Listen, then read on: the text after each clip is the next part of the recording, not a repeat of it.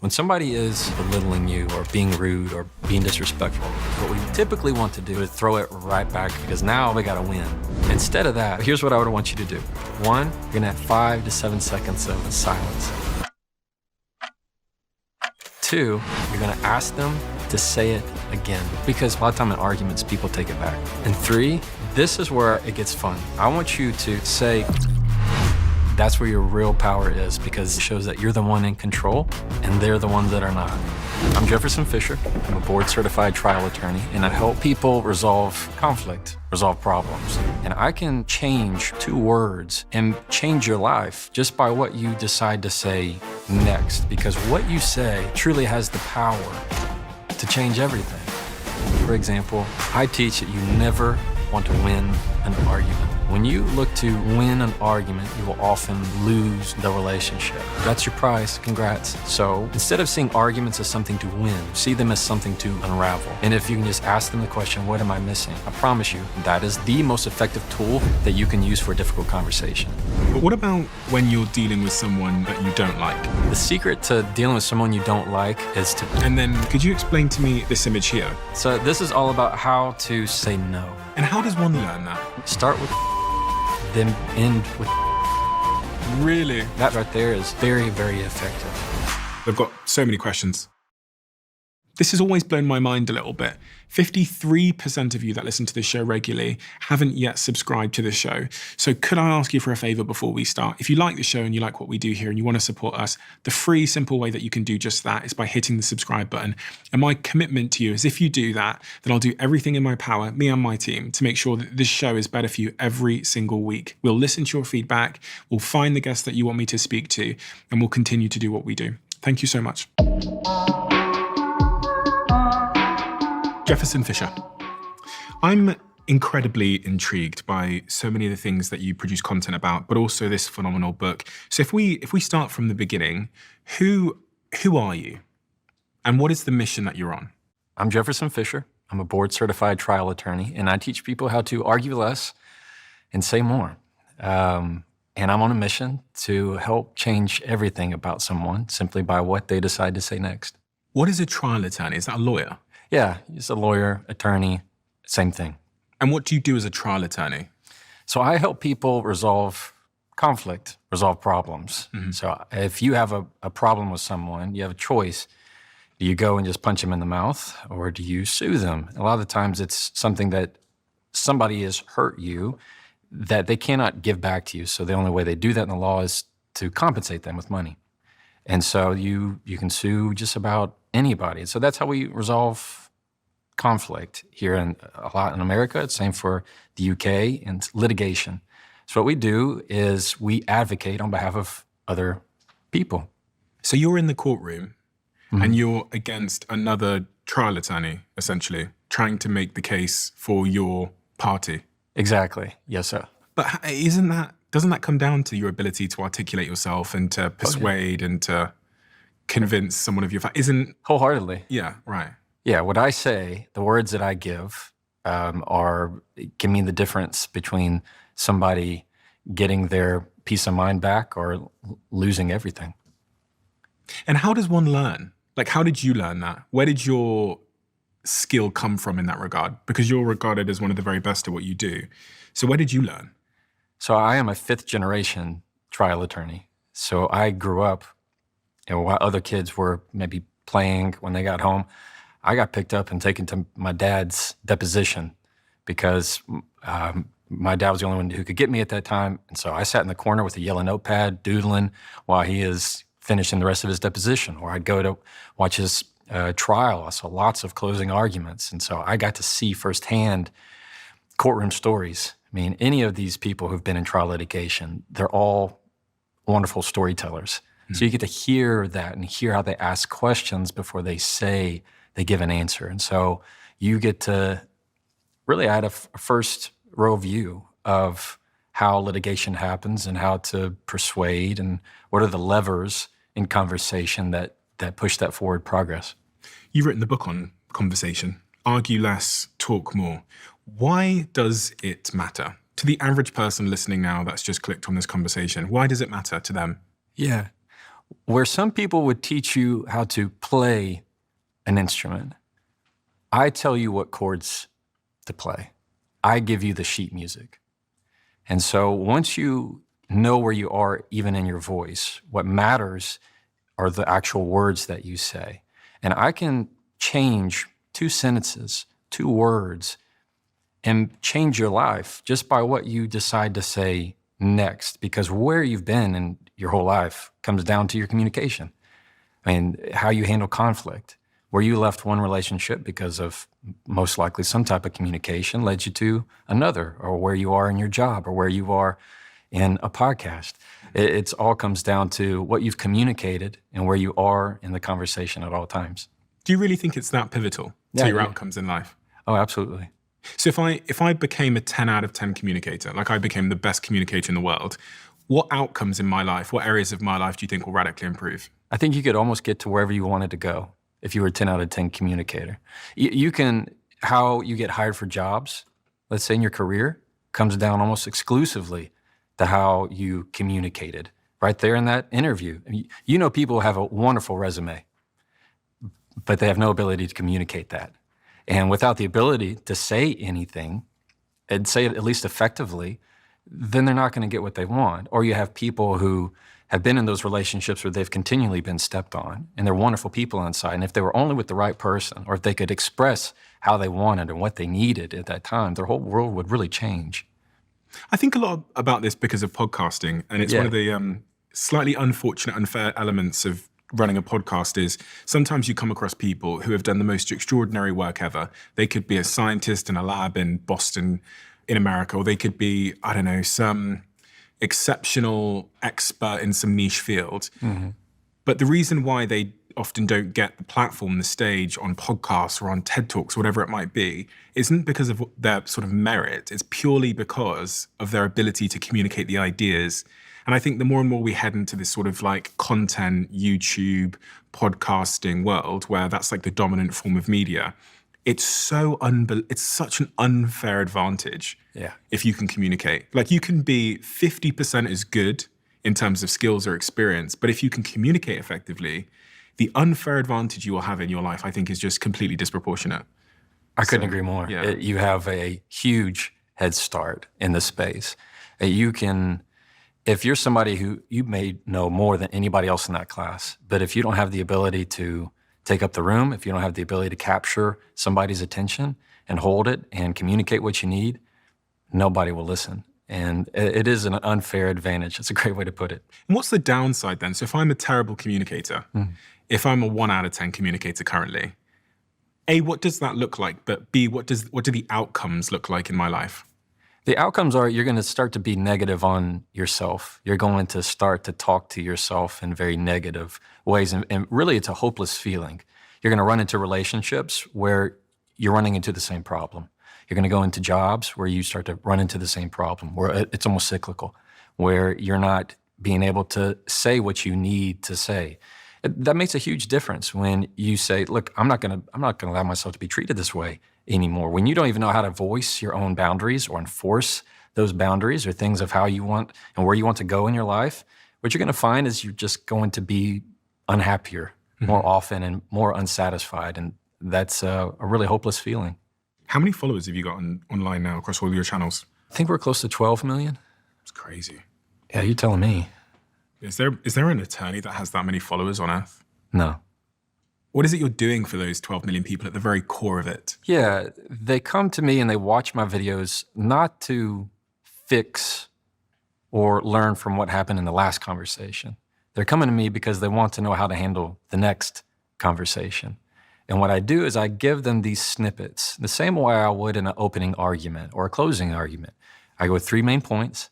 I try to condense a whole lot of information into something that has very little.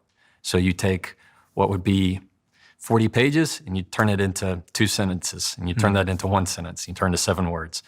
And what I do is I give them this sense of, hey, I can do that. I can do that. All I have to do is switch this word out. Oh, I can see the impact of just flipping one little word or reversing the way I'm giving that sentence. And it creates a very different outcome every time. So let's get into that then. You said you help them focus on the next conversation. Yeah. What do you mean by that? So often we think of first impressions versus the next conversation. So you and I meet the first time, or you meet your date or somebody, first job interview, and everything's great. Everybody has their best face on, everything's wonderful, but it's typically that next conversation where something's different. You get to learn if the first impression is the lasting impression, if somebody was really who you thought that they were. You put it in terms of an everyday argument, let's say with a spouse or a friend. You have friction. That friction ignites, and then you start to both yell at each other, and then you throw insults at each other, and everything gets louder and louder and louder. Eventually, somebody crosses the line and says something they don't mean, and it dies. You go, forget this, I'm out of here, gone, they leave. Then there's a next conversation, and that one sounds a lot different than the first one. It sounds a lot quieter, a lot slower. People say, what I meant to say was, or yeah, I shouldn't have said that. My intent was, then they start to clarify. Then they start to apologize. Then they reframe. Oh, I can see how you take it that way. No. What I meant was, what they care about in the next conversation is always much different than what they focused on in the first conversation. So the key is, how do you take that next conversation and get it there to be the first one?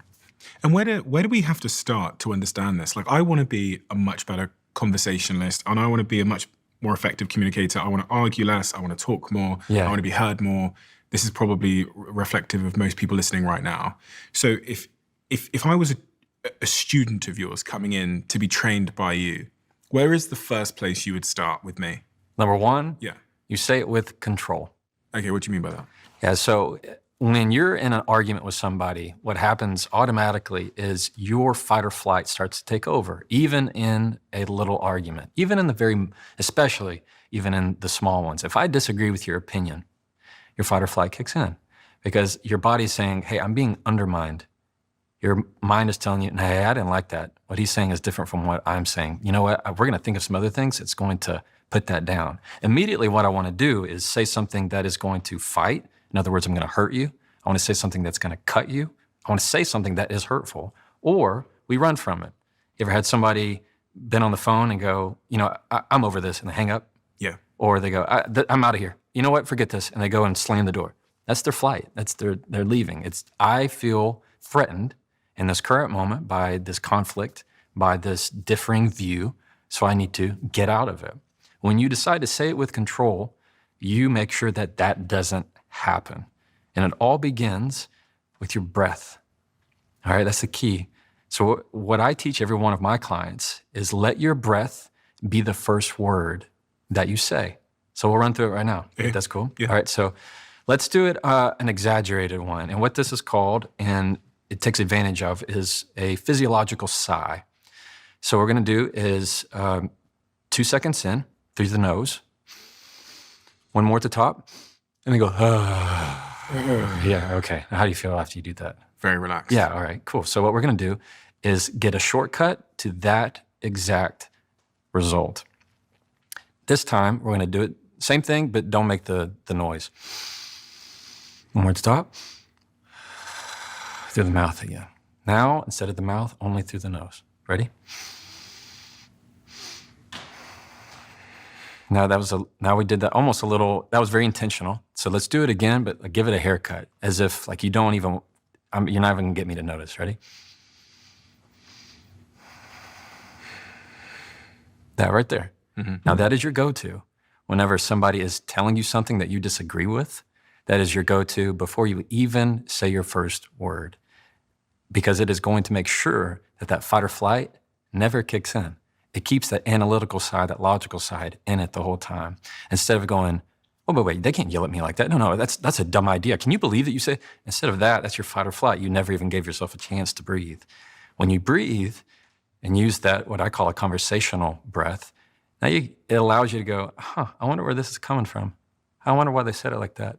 Now it allows you to kind of stay detached from that current moment because you're injecting your breath into it. When you allow yourself to breathe, then it's going to keep you much calmer. And so anytime I have a client that maybe is getting a question from an attorney that would be triggering to them or upsetting to them, it's always the training of use your breath while they're asking the question and start getting really curious as to why they're asking that. What's the point that they're trying to prove? Don't look at the surface of the question. Look at the intent behind it. Where are they trying to take you? Whenever I can teach them that, it's a very powerful result. And to do that, I have to kind of be comfortable with the fact that there will be a pause between my response and their question. Yeah. Which is quite uncomfortable for a lot of people. You'd think, but the more they do it, the better it becomes. In fact, I like it because it tells you that I actually listened. So let's say, for example, ask me about just say, how was your day, Jefferson? How was your day, Jefferson? It was good. It was good. My day was great. It was a day. Ask me again. How was your day, Jefferson? It was good. It was a good day. I liked it. You see how one says, I didn't even think about what you asked me? Yeah. The other says, no, I actually thought about the question. I considered it. Yeah. And then I chose my answer. And so that you can do that even when, especially for leaders, they go into a very busy work environment where there are problems right on the floor. They have to address this right at that current moment. The bad leaders will get very hectic and rise to that same level of energy. The great leaders will capture the calm energy. They inject that breath and go, okay, what's next? Have you ever, my grandfather, for example, I can ask him, one time I was like, hey, do you know where your screwdriver is? And he goes, yeah. I mean, like, you know what I mean? Like, but there's something about it where these kind of people in your life that you're looking and drawn to the calm energy, the anchors in your relationship and your conversations, the people that just to be near them calms you down. Just to be around them, you go, okay, great. Stephen's here. I feel better. Good. Okay, he's here. All right, things are going to go all right. Because they're looking for the person who is going to be the lead, not just in the conversation, but the frequency of the room. It's a calm energy that you have to capture. When you took that pause when I asked you how your day had been, two interesting observations I had. The first is, whatever you were about to say next, I trusted more. Yeah. Because you had some time to think, Exactly. and you weren't just spewing out your like automatic response. So I thought, oh gosh, what's he going to say here? And there was this element of like, he's really thinking. He's like, he really cares about giving me the honest answer. And the second one is, I was just so much more intrigued. Right. Because I could see you thinking, so I thought, this is going to be an interesting response. Yeah. And that was all in that 1 second where you took a breath. You can see that a lot in interviews. Right. The person who you go, oh, this person is smart, is when you ask them a regular interview question, and if they give a breath before they answer, you go, oh, they actually are listening to me. The ones that have this rapid fire of, let's say, for example, and this uses another technique that we'll talk about, is if you were to say, would you bring some value? Do you think you bring value to this company? And if I automatically said, oh, yeah. I mean, I think I would. I think I'd bring a lot of value to this company. Versus, I'm confident I'd bring a lot of value to this company. Like you hear all of a sudden, you go, that's my person. They actually heard me, considered it, and I'm really curious about what they're going to say next. There's something in the contemplation, which means that I believe you checked. Yeah. Like it's a simpler way to describe it. In that second example where you paused and said, yeah, I bring a lot of value to this company. I was like, he actually checked. Exactly. He like checked. He believes it, so I believe it. Right. And that's why every time I teach a client and I'm preparing them for their deposition, what they call a depo. When you say a client, who do you mean? You mean People that hire me in my law firm. Right. And now that's translated to me doing it on my phone and teaching people in my own membership, is I would say, okay, let your breath be the first word. And once you do that, you're going to be, the other person's going to go, oh man, they really listened to my questions. The attorneys, we want to get you. We want to get you in a rapid fire. We want you to answer very quickly. Even better is when you start to step over my question and answer the question that you think I'm already going to ask. But when you do that, that means you're not listening. You're not listening. But when I can get a client to stop, breathe, and go, yeah, you know what, that's not fair. I had a client, Elizabeth, who one time when I was prepping her, I would act as the other attorney. So I do that often to help get them and simulate what's going to happen. I would say, all right, Ms. Carson, come on. I need you to answer this question. Now, that's true. It's fair to say you didn't see that other car, did you? And I kind of start to push them. That gets them really nervous. You know, they're, oh my gosh, and their nerves get up. It's because they're not breathing. When people start to shake, they're just not breathing. And so she didn't know what to say when I'm prepping her. Come time after I taught her about her breath, same question. Somebody said, and I knew this attorney, I knew he was going to ask that question. He said, it's fair to say you didn't see that other car. And she took a breath. She goes, no, that's not fair to say. I mean, I just left it at that. I mean, and he just couldn't really do anything with it. But the bigger thing was it gave her the confidence of saying, no, I listened. I see where you're going with this. I'm not going to go there. And so it helps you navigate and empower you really with the tools of making sure you're always saying it with control. Another part of saying with control is slowing your words down. When people talk really fast, without thinking about it, it gets us kind of anxious. When somebody is talking really, really fast, you're like, okay, I'm trying to understand you. It's harder, let's say, I like hip hop, I like rap music.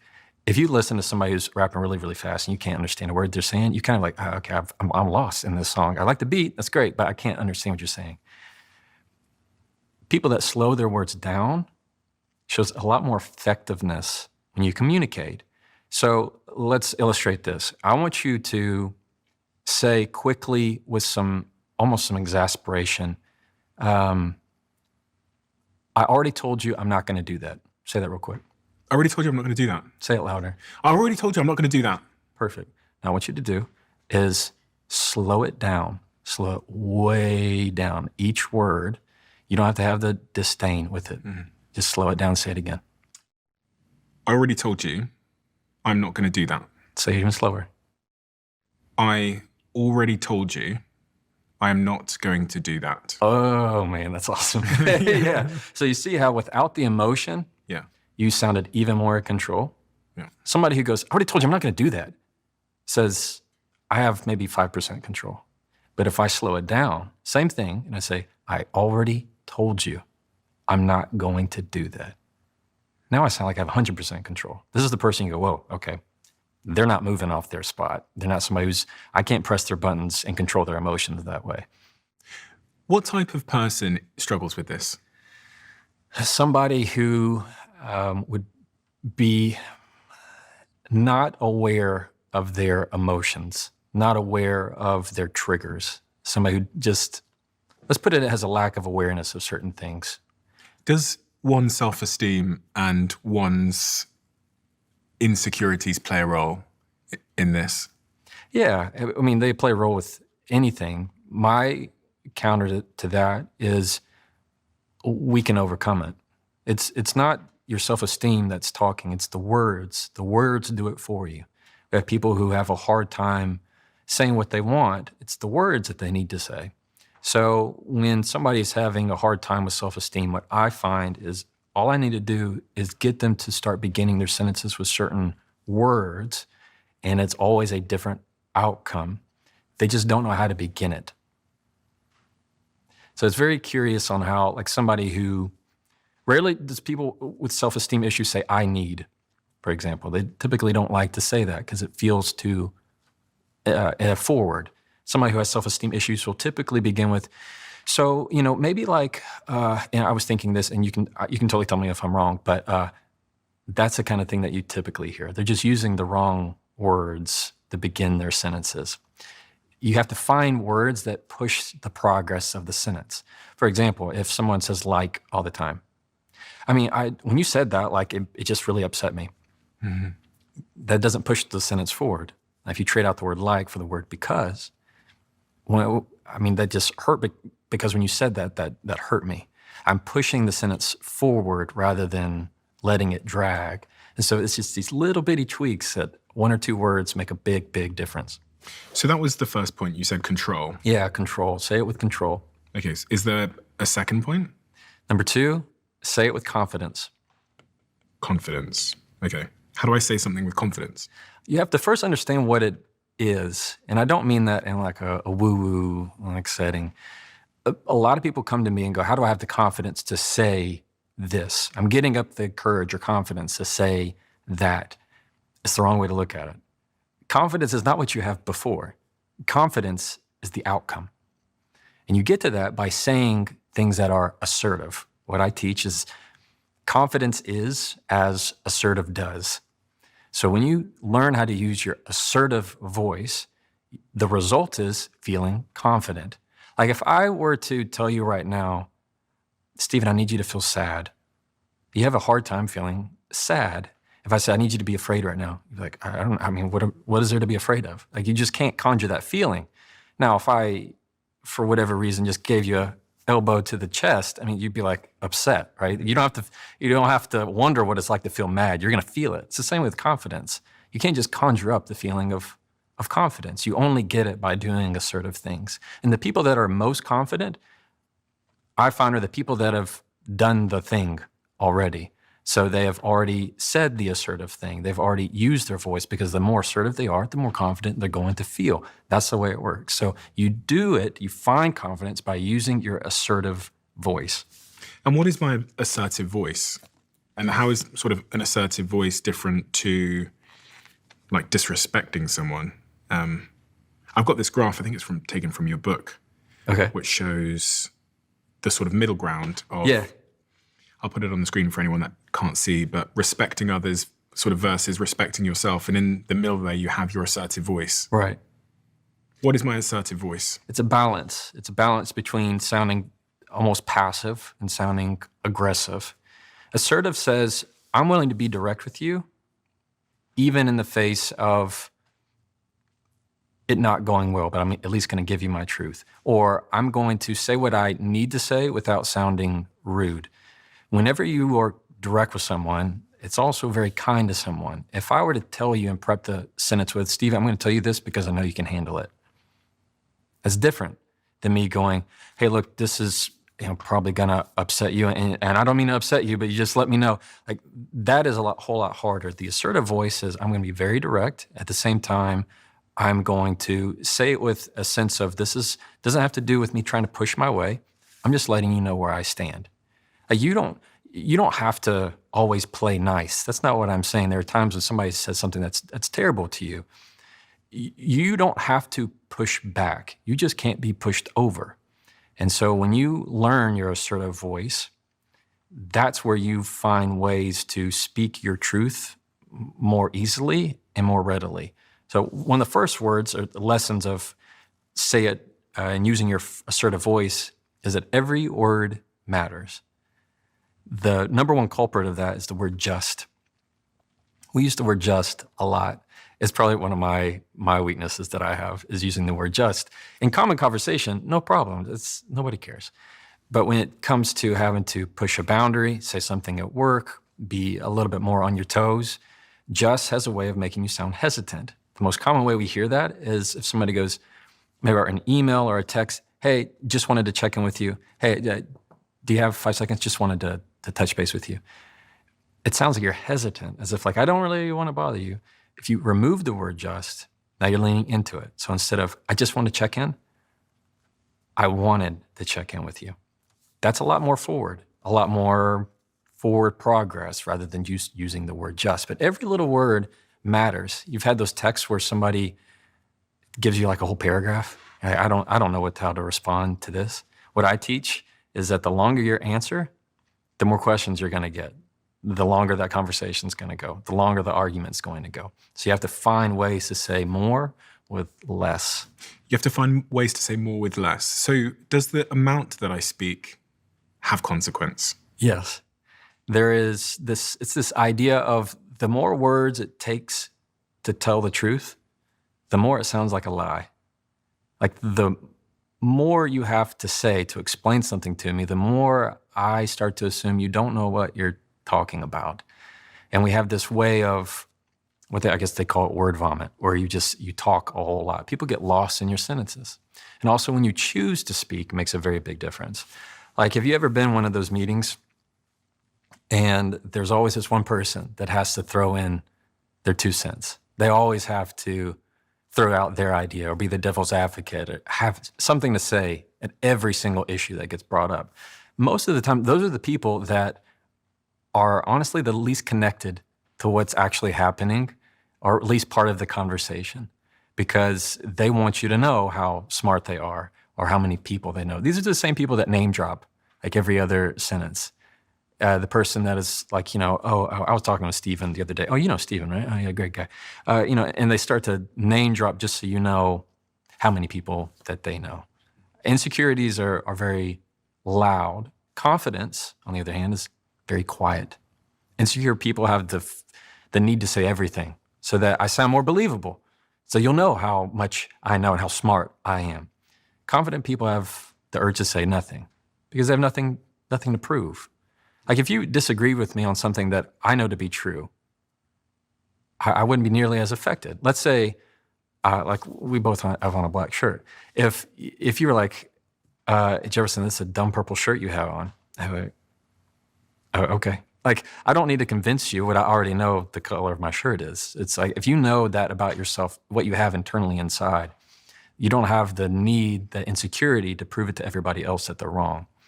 The confidence is very quiet. The people that are typically the most looked to are the people that say the least. They listen a whole lot more. Do people capitalize on that? So if you're triggered by me saying that you have a purple shirt on, have I got the power now? Because I can like play you like a fiddle if you're so easily triggered by something that's so obviously like provocation. Surely I have the power over you now, right?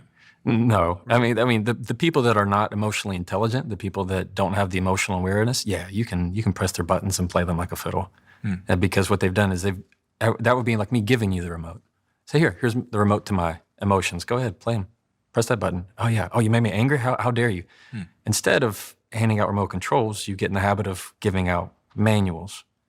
And so, if you want to yell at me and press my button, and me to say, you can't yell at me like that, versus me handing you a manual and go, hey, I heard you yell at me. If you don't mind, go to page 72. You can look on paragraph 3. I don't respond to that volume.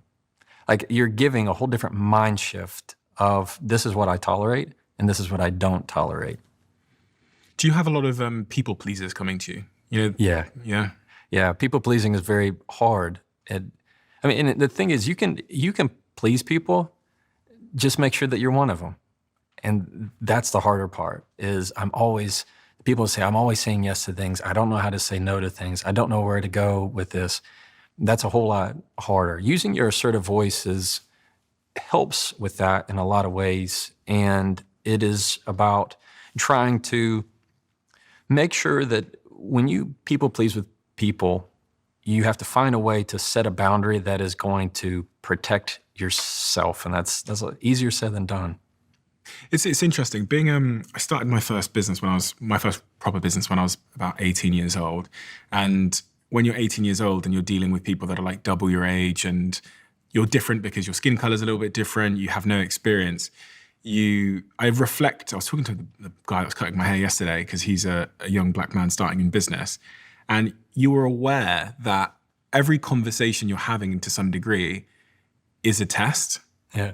It's like a test of how much you value yourself, how much you believe in yourself, and how much you believe in what you're building and what you're saying. And it's an interesting way to think of life that like every conversation is actually a test of your conviction. And I was talking to my barber about how I've changed over time and how business has made me become more direct and more assertive than I was when I was 18 years old. Because like I wouldn't have survived in some of the rooms that I'm in with like very eccentric billionaires who have done this for 40 years before me. If I didn't have that assertive voice, if I wasn't able to look them in the eye and say with calmness and a slower pace what I believe to be true. It's so interesting. Like it's just thinking about how so much of our life is about developing this ability to assert what we believe without the just or the caveats or the excuse. Yeah, where they also go into trouble is when what I see a lot are people that over-apologize. I find that is big with people pleasers, where they say, I'm sorry in every single sentence. Hey, so sorry, I'm just now getting back to you. Sorry, I just now seen this. Oh, I can't come, so sorry. Like they start to apologize for things that are not a mistake. They apologize for things that are not errors. And when you start to over-apologize with every little thing, without you knowing it, it's slowly, drip by drip, corroding your sense of self-esteem, your sense of self-worth. It's you your self-worth is not tied to how little of an inconvenience you can make yourself by always saying, hey, so sorry, I don't mean to bother you. I just have a quick question. Instead of the over apologies, what I teach is use words of gratitude. So instead of the, so sorry I'm late, even though you were like 1 minute late. Thank you for waiting on me.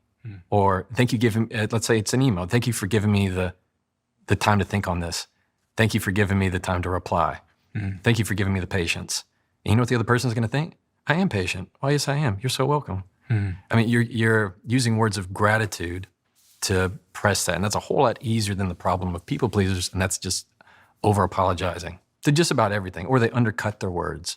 Or they say like, I hate to bother you, but, and then they have to say what they need to say. In this regard, what do the most successful people in the world, the leaders, the prime ministers, the presidents, the CEOs, have in common as it relates to the stuff we're talking about right now? So, you know what I'm saying? So like, are they assertive? Are they people pleasers? Like, what do they have in common here? What I find that people are people, so it's gonna, most often it's just gonna come down to their personality. But overall, your most effective leaders find ways of taking a lot of ideas and words and saying them very concisely. The bigger leaders, they don't write long emails. Yeah, that's so true. They don't write long texts. Rich people don't even say hello and kind regards on fucking emails. They just, they literally, they send emails like text messages. Yeah, I have found in my own life that the richer somebody is, they could care less about an email signature. They're not, if they even have one, and they might give you 2 sentences, maybe. I mean, it's very, very quick and to the point. Because it's either they really don't have the time. It's not really that. It's they want to have the appearance of being they're direct, and they don't see that as an offense. They don't see that as an insult. They see that as, that is the way that I'm going to operate. They don't write long emails. They don't write them in a way that's going, hey, just want to put this on your plate, and if I'm wrong about this, you can totally let me know, and I have a question about this. What's number 3 then? So you've given me 2. Yeah, we say it with control, say it with confidence, and 3 is say it to connect. These are how do you have these difficult conversations with somebody? How do you find ways to say what you need to say in one of the most difficult times? That gives a lot of people anxiety if they know they have to have a difficult conversation, even in weeks ahead, especially the day ahead. They're just dreading it. So how do I say something to connect? Yeah, what you want to do is get really curious about the other person, but not just so much that. There's a framework that I can even give you. So we can go a step further. There is a frame, and I call them conversational frames. When to connect with somebody, it is a fancy word. I think connection can be overused at times. It just means I say something that you can understand and you acknowledge me. That's all we're looking for. It doesn't mean that everything's happy. It doesn't mean that's a Hallmark card. Like, I can connect with you and still be upset at you. My dad used to tell me if I disagree with something, he would go, you don't have to like it. You just need to understand it. I mean, that right there was a great example of allowing me to connect with him and giving me the space to disagree. If you were to begin your sentence with, I'm not asking to change your mind, or I don't need to change your mind, it's almost like a relief before you say the rest of what you need to say. Now you're not in that combative fight or flight of, do I have to defend myself at any time? So connection is this way of setting up conversations that is going to get you more of what you want. We talked about the frame. Here's how to do it. And this is the most effective tool that you can use for a difficult conversation. Number 1, you're going to begin with telling them what you want to talk about. Number 2, you tell them, and this is the most important, how you want to end the conversation, what you want to walk away from. And 3, you get their buy-in into that conversational frame. This is what it sounds like. Let's say I need to come to you and talk about something serious. So first I'm going to say, what we need to talk about. Stephen, I'd like to talk with you about some comments you made at last Thursday's meeting. 2, I'm going to tell them how I want to walk away. It sounds like, and I want to walk away from that conversation with the understanding that's not going to happen again. 3, I'm going to get their buy-in. I'm going to say, that sound good? You're going to say, yeah. Now you know exactly where we're going. You know exactly what we're going to talk about. You know when that conversation's going to end and how it's going to end. And now I have your buy-in. And it's like almost an invisible contract when somebody goes, yeah, that's good, we can talk about that. They don't want to leave it. They don't want to break their word, so they know that they're going to be stuck in it. And then, is there anything I need to be aware of when I have that difficult conversation with them, so that I'm successful in getting to that outcome? Number one would be set the goal of knowing where it's going to end. That is the hardest, probably the biggest downfall of the difficult conversation. People expect them to go how they had it in their head. They want the conversation to happen just like they had it while they were brushing their teeth that morning or driving on the way into work. They're like, okay, I'm going to say this, and then they're going to say this, and you expect everything to go just how you had it in your head. But as soon as they say that one thing you weren't expecting, all of a sudden they disagree with you, and you go, wait, that's not how it's supposed to be. They were supposed to say this. They were supposed to say I'm right. They were supposed to say they're wrong. I mean, how's this going to go? And then it begins to falter like that. Because when we go into those sort of difficult conversations, whether it's with a colleague or our spouse or whoever it might be, much of the objective, I think, for some of us is to win the conversation. Yeah. In whatever definition of winning one might have. Is endeavoring to win a conversation a good idea? I teach that you never want to win an argument. And this is why. When you look to win an argument, you will often lose the relationship. Like if you set out to only prove people wrong, yeah, you might win the point, but you will lose the person. You know, being right doesn't keep you company. Let's put it that way. When I look at his arguments as only something to win, all I've won is really the first step to apologize, typically, when you set out to win it. Because most arguments aren't really won, it's just they're won by forfeit.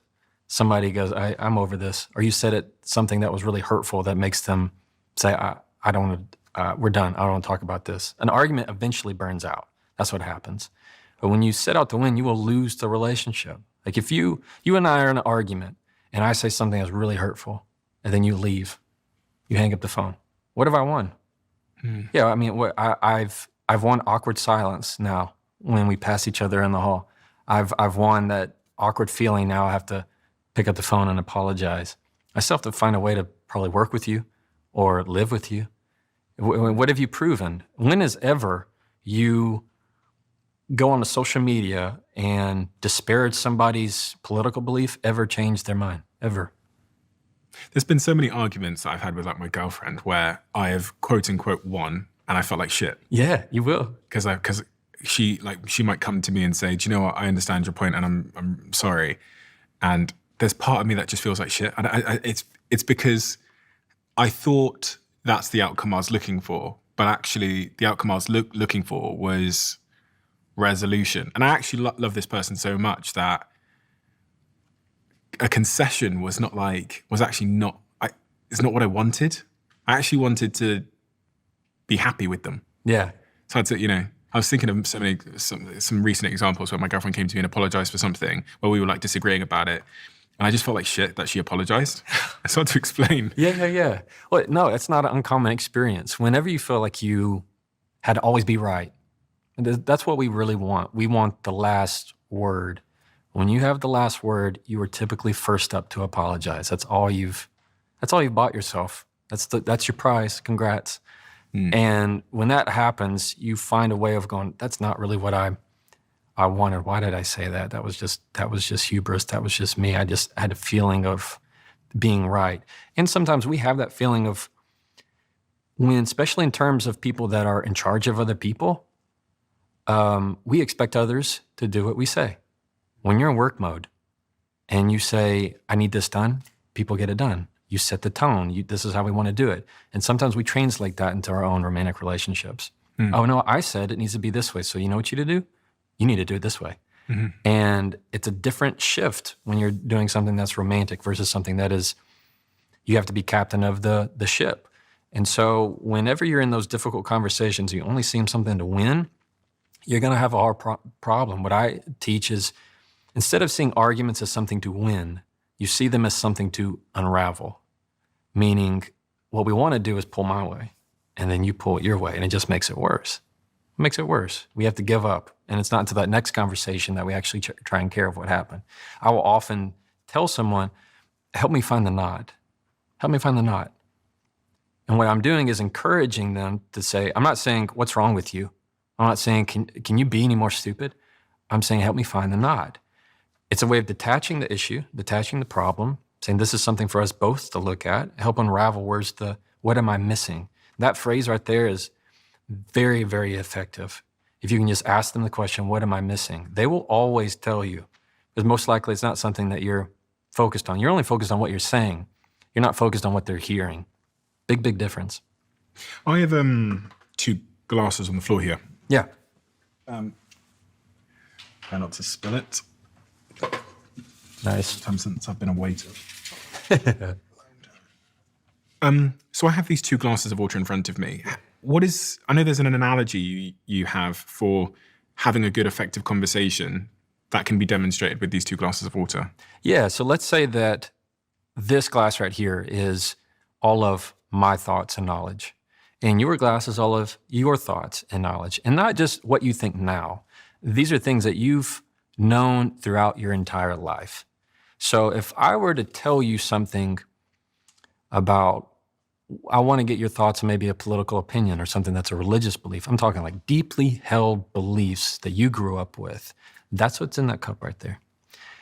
When we go into a conversation with someone, often what we find is, especially if it's like a stranger, that what I say in our first conversation should convince you automatically that if I were to take all of my knowledge right here and I pour it in, there should be no problem. But what happens? When I start to pour into here, it overflows, meaning you have no room. You have no room for what I want to share whatsoever. It's overflow. Instead, what you have to find is ways to ask questions and get really curious, meaning instead of me pushing my point, instead of saying, why do you believe that? Beginning your question with why, I start to get really curious about how did you come to believe that? Where did you learn that? When did this happen? Ways that I get to ask questions every day, like I do as a trial attorney, to find ways of getting to the issue of what's that deeply held belief? Where does it come from? Because only then, let's go ahead and pour yours into mine.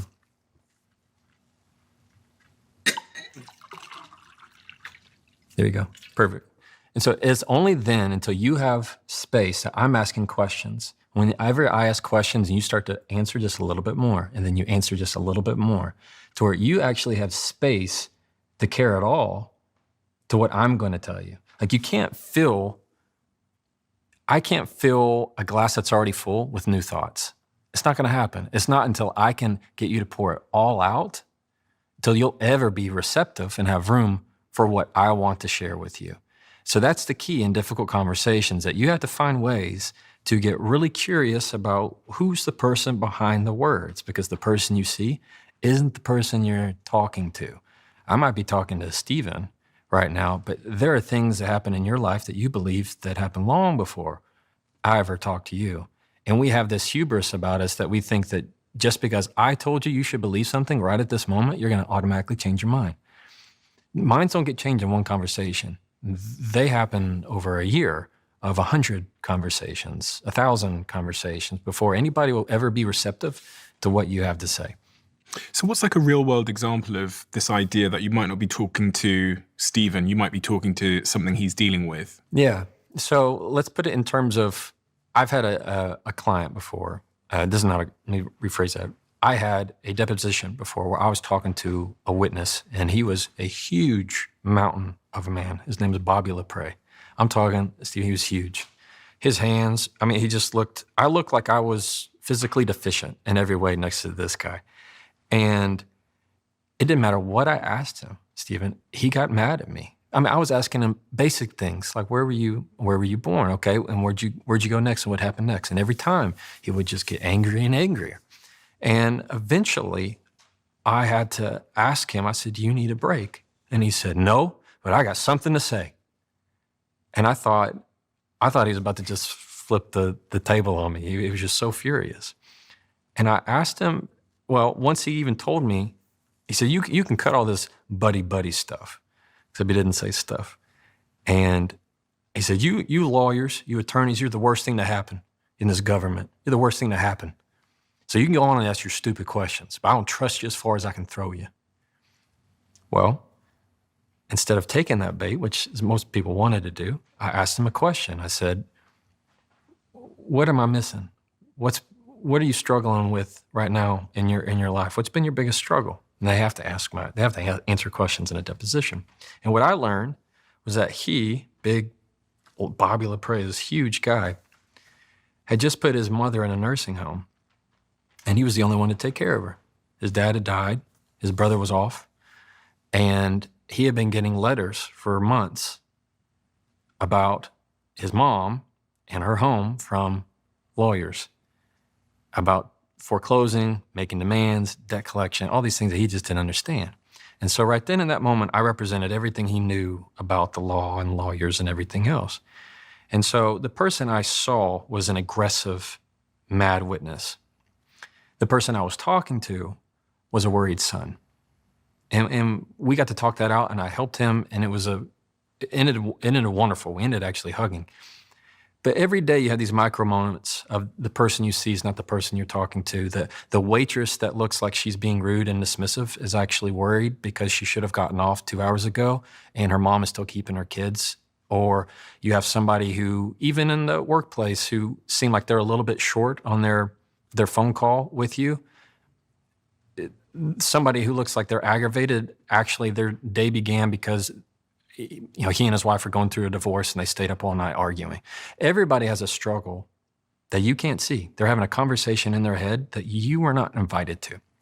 And so when you have the patience to try and understand the person behind the words, it's going to go a whole lot better for you, and they'll feel that. When you just want to accept them for what they look like, it's always different.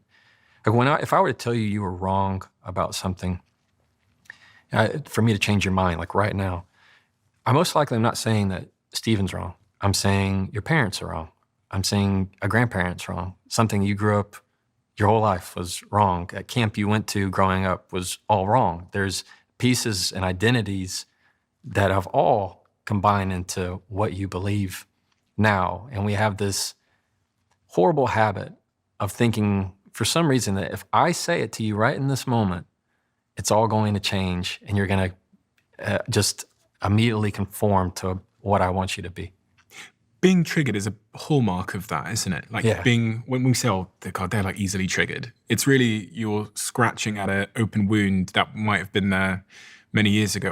I was reflecting as you were speaking about a particular friend that I have who I remember a conversation with him in the middle of the pandemic where he like turned to me and said, it's people that are young and healthy that are ending up in the hospital beds. And I remember saying to him, I was living at his house. I was like, no, I don't think that. I think the NHS website says it's people that are like out of shape and slightly older that are ending up in hospital beds. And he was like really, really triggered by that. Mm.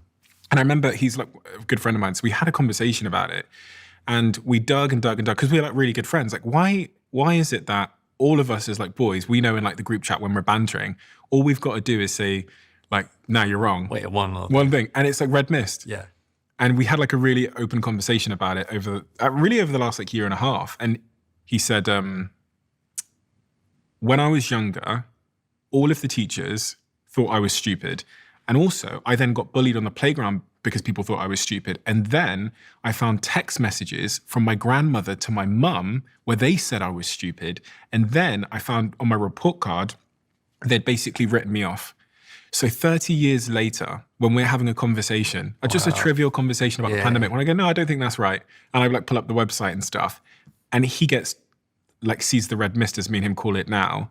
It all stems back 30 years to this experience of on the playground. So like you said, it could be proving someone wrong, but in that case, it's actually like proving the bullies right. Yes. It's proving all the people that hurt him right. Yes. And it's showing up 30 years later as this red mist. The story ends with him going to a therapist and speaking about it. And he's resolved it now to the extent to which he can, where now when he feels that feeling, he's able to point at it, he knows what it is, and so it doesn't make the decision. Right. Knowing your trigger is one of the biggest ways to defend against that, to know your trigger. And it's funny how, just like your friend is telling you, so many things in everybody's life goes back to the playground. Mm-hmm. Like we can remember that thing that one kid said, like right now. You can probably remember it. Oh, somebody said in high school. Came straight to mind. And it's been years, but you remember it and it lives with you for that long.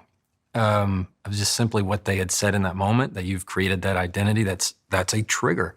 And if you tend to hit somebody with a trigger, it's different. Like you can always, it's very telling in the courtroom when somebody takes a level 1 conversation and they ratchet it up to a level 10. It's very disproportionate.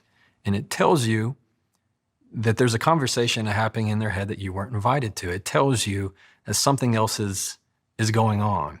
And when you have the patience and the discipline to find that person rather than just fighting the surface, you will always have a deeper connection with that other person. If you're dealing with someone in your romantic relationship, at work, whatever, that is easily triggered in that regard, what advice would you give to the person dealing with that person who is like continually easily triggered? They see the red mist all the time. It's almost impossible to talk to them because they immediately just flip to 10. Yeah. They avoid the difficult conversation. You feel now that you can't even have that conversation with them because they're immediately going to gaslight you, or they're just going to go straight to 10 and they're going to be flooded. Right. You know, that phrase that I've heard before about like when the brain gets flooded, like they just get overwhelmed and they're... Yes. What do you do with that kind of person? You just curious or... Well, I don't want to just say curious because I think that doesn't do it justice.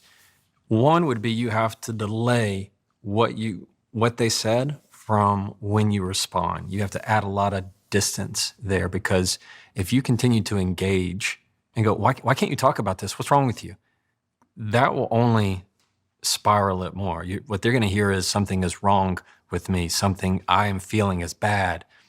When in that moment, their body is fighting. Their body is going, I feel threatened, I feel anxious, I got to get out of here. And it's happening in micro minutes that there's nothing you're going to be able to say that's going to help that trigger aside from you allowing them the space to have it. So that means you're going to find ways to approach conversations with that in mind. So one would be adding distance and not addressing it in that current conversation because they're triggered. You don't want to do that. You want to find it in the second conversation. So in the first one, you can easily end it with, hey, we can drop it, not a problem. We can talk about it later. Because problems happen, Stephen, when you try and push people into having conversations on your timeline. In other words, when they're not ready. Ever had somebody come up to you and go, hey, I need to talk to you right now? And you're like, oh, you want to talk? Like, that's the last thing. You're trying to control my time. This is not what I want to talk about right now, and I'm not ready for this conversation. And that causes a big problem when somebody's trying to push their timeline on you. We can talk about ways to deal with that, but that's what happens. And when you do it with somebody going, what's wrong with you? Let's talk. Why can't you talk about this right now? You're just pushing them into a corner and you're making them harder. I mean, they become hardened. They'll totally shut off from you. Then they're gone. Then they won't come back for several days, most likely. So when you start to push on them, things will go wrong. So that's when somebody's feeling triggered. That second conversation, that next conversation is let's put a frame on it. I like to talk about what we began talking on last Monday, and I'm not trying to solve anything. I just want to understand where you're coming from so that I can do better. Can we do that? Like right there, that's going to be a much better way to set up and frame that difficult conversation rather than going, hey, so question for you, what's up with you? Because something's off, all right? Like that's the way that you're going to trigger them again. So many people are so interested in understanding how to deal with disrespectful people. Yeah. Like being disrespected. Right. So if I'm being disrespected, is there a playbook for me to handle that? And why is it that so many people are so obsessed with like dealing with disrespect? I find that people are really attracted to comebacks of things. And I find that so funny. But it's a big part of communication for an important reason. When somebody is, let's say, belittling you or being rude or being disrespectful, I teach there's a little bit of a different method for each one. And how you handle it makes a very big difference. What we typically want to do when somebody's being rude to us or disrespectful, we want to throw it right back at their face. We want to ratchet it up because now we gotta win. So, oh, you think I'm stupid? How about, let me talk about how you're stupid. I mean, so we want to throw it back at the other person. All that does is ratchet it up. And then again, it becomes to who's going to apologize first. That kind of is where the game starts to lead. I was curious what you have on the book now. Well, I was just looking at this section in your book about dealing with difficult people. Yeah, that's probably my favorite. It's your favorite? Yeah, it was also probably the most popular part of the book because it outlines a specific manual on how to handle these kinds of people. And I've developed it from these people specifically that I've had in depositions and cross-examinations in the courtroom, that very combative people that you find ways to, you think that the power is in having a direct response back at them that's going to uppercut them. Like smart people like you, Stephen, people like all your listeners, we have this desire that when somebody says something ugly, we want to send the zinger. Like we want to craft something so poetic that it's not going to hit them until the 2 days. They're like, oh my gosh, she totally got me. And that's just not going to happen. But the true power is this kind of be like water mentality. It's instead of direct with them, you're just avoiding it. You're pushing it out of the way to where you're going, what you're saying is not threatening to me. And you do that in several different ways. This would be how I'd say how to handle people that are belittling you or giving you disrespect. One, you're gonna add silence. 5 to 7 seconds of nothing. Two, you're gonna ask them to say it again. Let's say it's insults. Those insults are very direct. You're gonna ask them to repeat it. And three, you're going to just let that sit. So whatever they say. So for example, let's put it in terms of somebody who, let's give it an example. This would be somebody who's giving you just a straight insult. Insults are different from disrespect or something being rude. Insults are very direct. Somebody saying like, you're ugly, right? If I were to say, you're ugly, how would you respond? And you're not, by the way, but let's just say.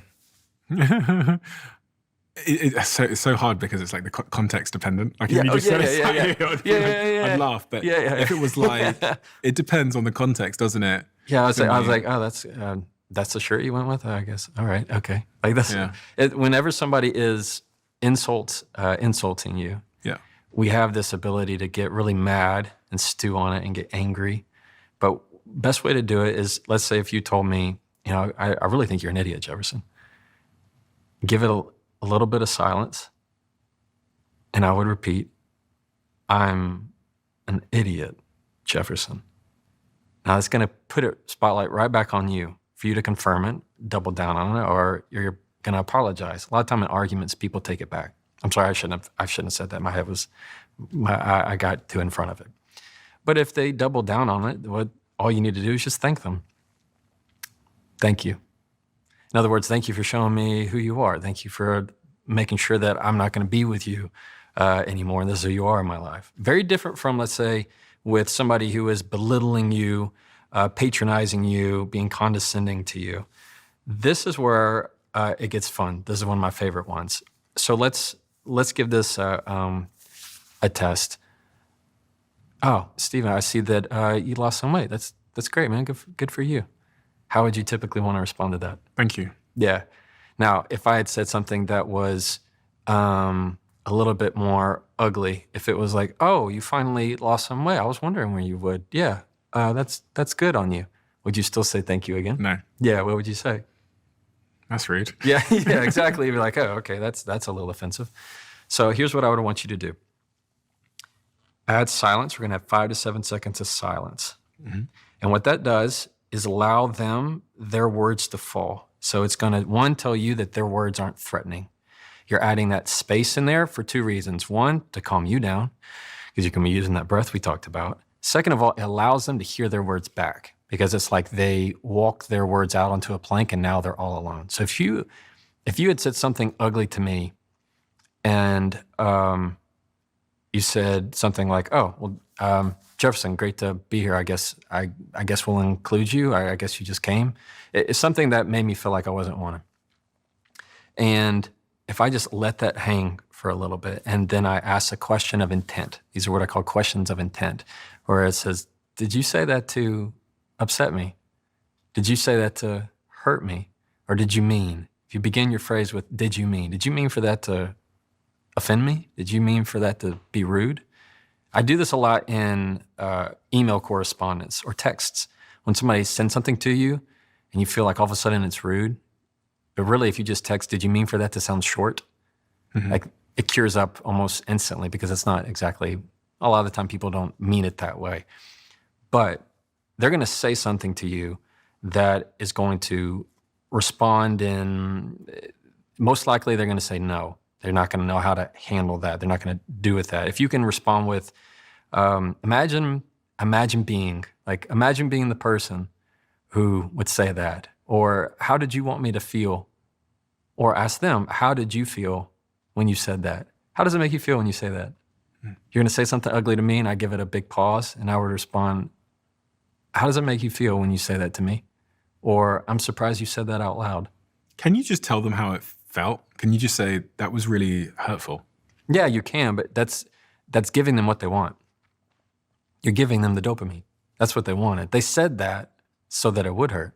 They're saying that because in their mind, they wanted you to have that sense of pain.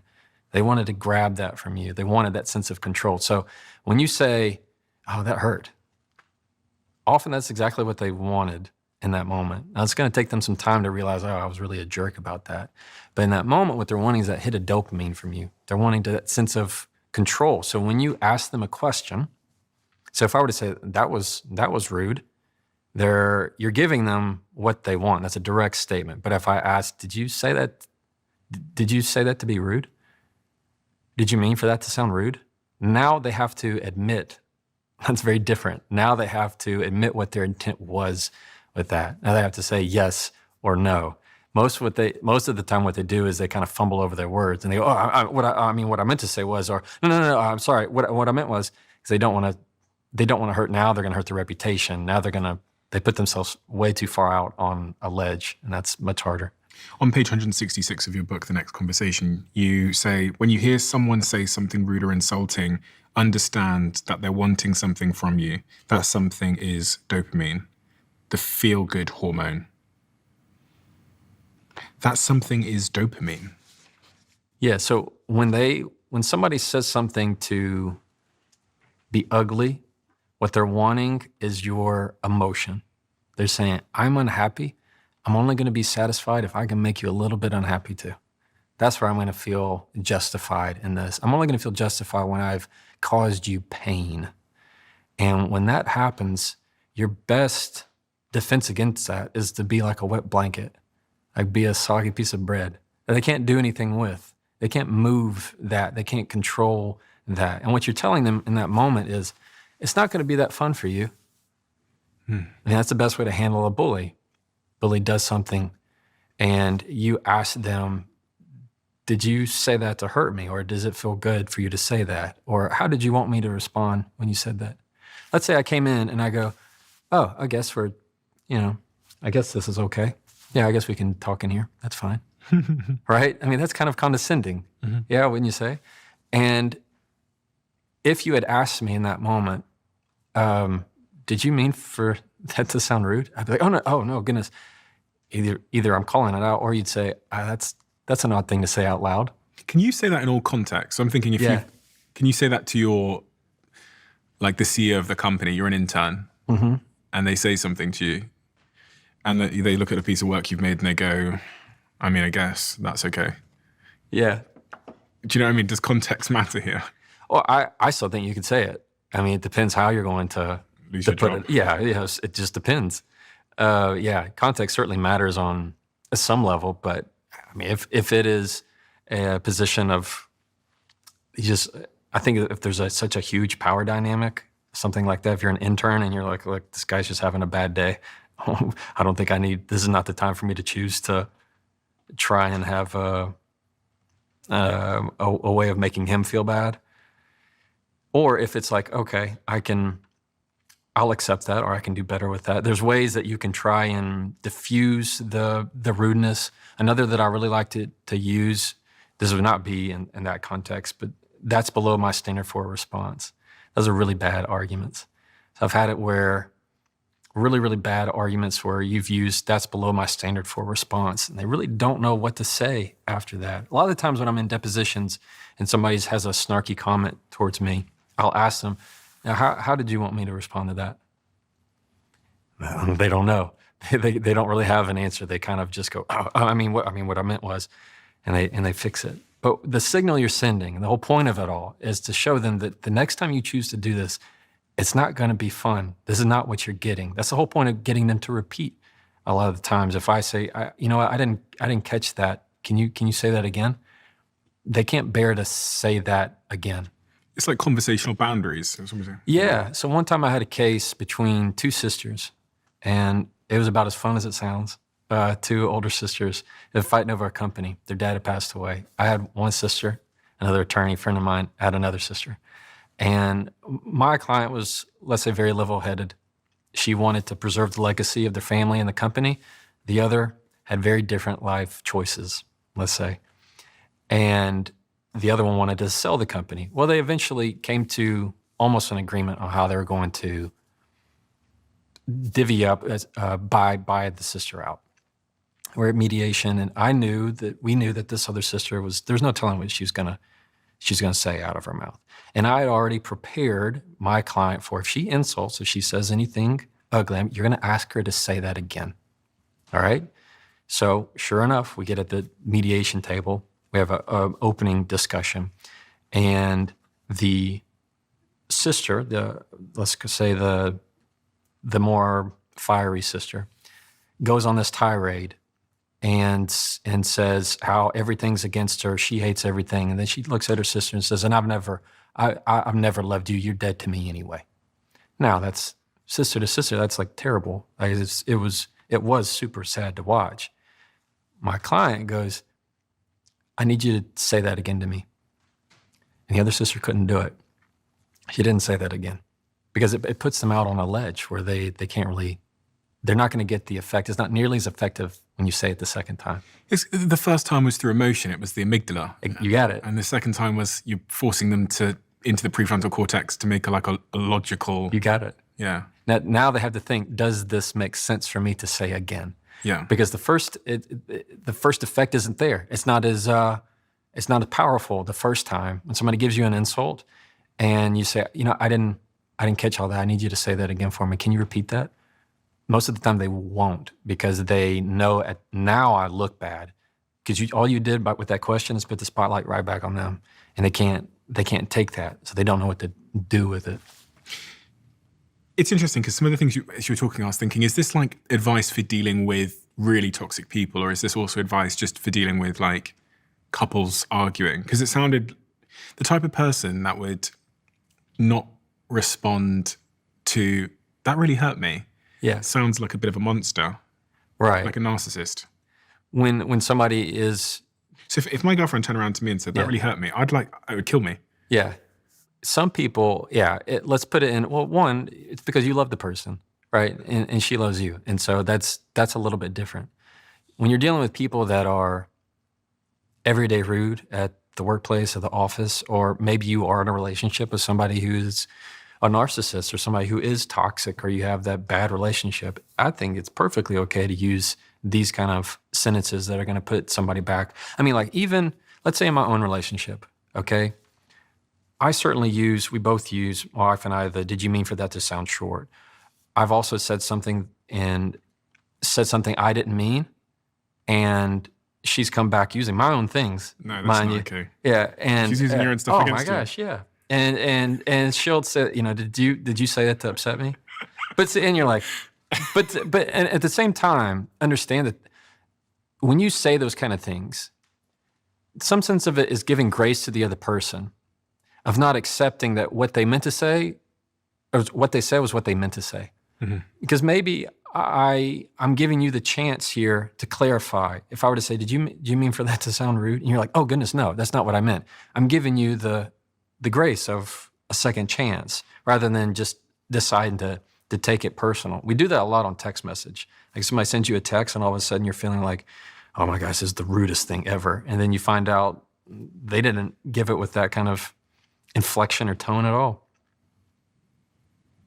I was thinking of two things at the same time. I was thinking, when we approach these difficult conversations with difficult people, is there a certain priming that we need to do to ourselves to make sure that we're in the right frame of mind? Because even as a podcaster, I see huge variance in my ability to speak and articulate myself based on things that happened in the last 24 hours. Yeah. So do you ever think about, when you've got those big cases coming up, how to prime yourself to make sure that your brain, your mouth, everything is working in unison and you feel emotionally ready for that conversation?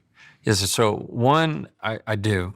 One is and let's put it in terms of work and home, because everybody listening right now, us included, we have a work life and then we have a home life. And sometimes it's really easy to switch those up, is never allow myself to be put in a conversation when I'm not ready, especially important conversations. You don't want to wait until you have 10% of your battery left for 100% of a conversation. It's just not going to go well when you wait till you finally put the kids to bed and you're both drained and exhausted, or you've had a really hard, stressful day and you're mad. And that's the time when it's right before bed that you're going to decide to have the most important conversation between you two. It's never going to go well, because you're aggravated, you're agitated, you're probably hungry.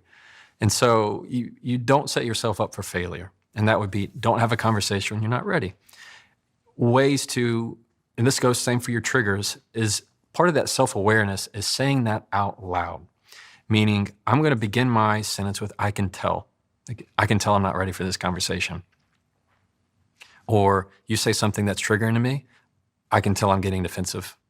I can tell that's upsetting me. When you say it out loud, when you claim it, you control it. Rather than me starting to act defensively and being defensive and saying defensive things, I say, I can tell I'm getting defensive. That now I've said it out loud of that feeling. I'm not becoming the feeling, I've said it. And so there's a big, big difference in how, when you're in those difficult conversations, when you want to prepare yourself, you find ways to, one, have self-awareness of, I can tell when I'm ready and when I'm not ready. Second of all is, if you know your triggers and you know what's going to upset you, you try and curb that as best you can. When you're not in the fight or flight, you're not going to put yourself in the bad position. So that would be the biggest takeaway, is don't put yourself in position to fail. And I've also heard you say that when you're being disrespected, this was the first of the three points you said a second ago, is to create that silence again.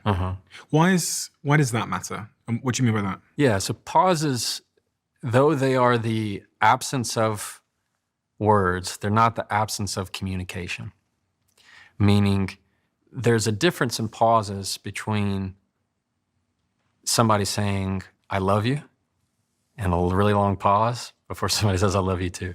Or your girlfriend asks, where were you last night? And you take 1 second to respond instead of 7 seconds to respond. They each say different things. So pauses are wonderful at getting the other person and yourself to fill in blanks. And when you're dealing with people who are, let's say, toxic or ugly or just not being nice, they will fill in that silence for you. And it does two things. It allows you, with the breath and the pause, to make sure you keep the analytical side, pushing the emotion down, you're not getting flooded. Next, it's also doing the same thing for them. When I add silence, I'm making you almost repeat your words back in your head. And often you've been in those arguments where somebody already apologizes for what they said without you having to say anything. You've seen it too on a text. Somebody says something ugly in a text and you don't respond for a few hours. Most often they will reply back, at least in my world, they say, I shouldn't have said that, or they'll try and reframe it, or they'll edit the text. Now you have the benefit of hindsight. When, that didn't sound good. Or they'll twist their word again to fix it. So for example, I see this a lot with liars, people who lie on the stand. And in litigation, you always have people lie, even in deposition. It's just part of it. You don't really get surprised by it.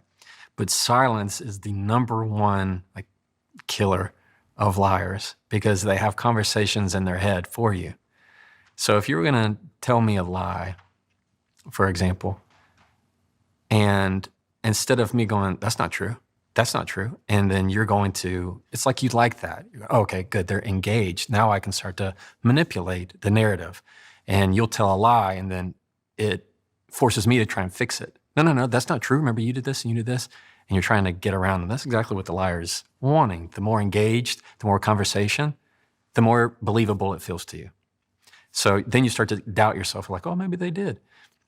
Silence, like, just destroys them. So if you were to tell me a lie and I waited 5 to 7 seconds and I repeated the question to you, or I repeated your answer, let's say I know that you were at the store last night and you're trying to lie to me and say, no, I was home last night.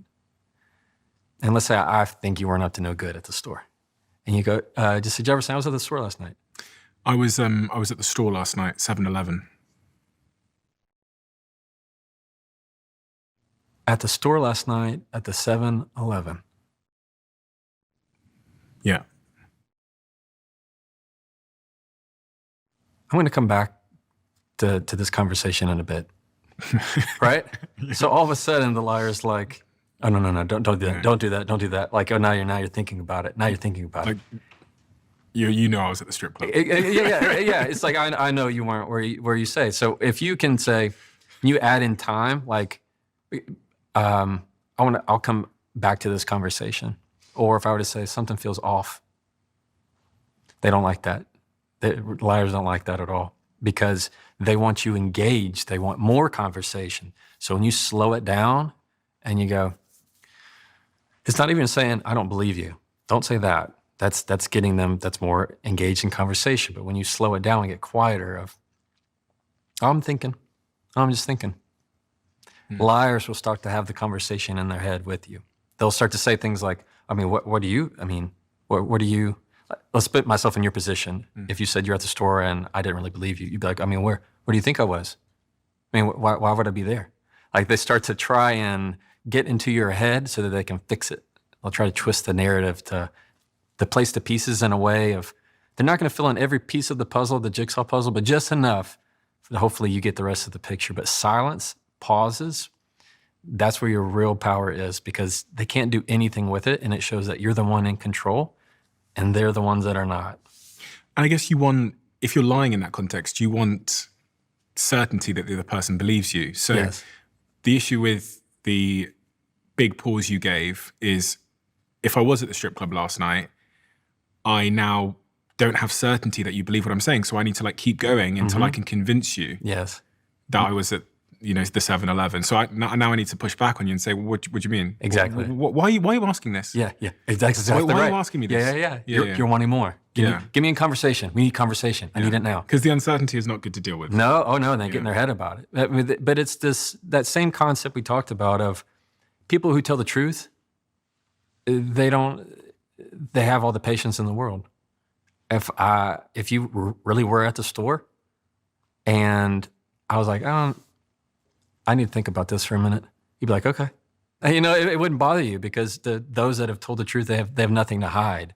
If you need to think on it, something feels off. Okay, well, I'm here to talk about it, but that's where I was. And you know that regardless if they think about it or regardless of whatever they do next, I know where I fucking was. Yeah. So you're only going to uncover evidence that Yes. I was at the 7-Eleven last night. That's exactly You're right. going to look at my bank statements. You're going to see I was at the 7-Eleven last Yep. night. So Yep. there's a certain confidence that comes with that, where you don't need to prove yourself. Yeah, it's a relief. It's a confidence of going, no, I know exactly where I am. It's that inner confidence we talked about at the very beginning. But the people who don't tell the truth, I get, if I had $1 for every time I've seen it, or I've asked somebody the question back, and they said, usually it's texting while they drive. I say, I never text. I never text when I drive. Let's say I asked somebody, you asked me the question, here, we'll run it through. So ask me the question, were you texting while you were driving that day? Were you texting while you were driving that day? No, I never text. Never text when I drive. Now notice, I said a big word. I said never. Never is an extreme. Extremes are a dead giveaway that they're usually not telling the truth. Everybody texts when they drive at some point in time, even in your car. Never and always or never, it's always or never true. So that's a big one. Second of all, I answered really quickly.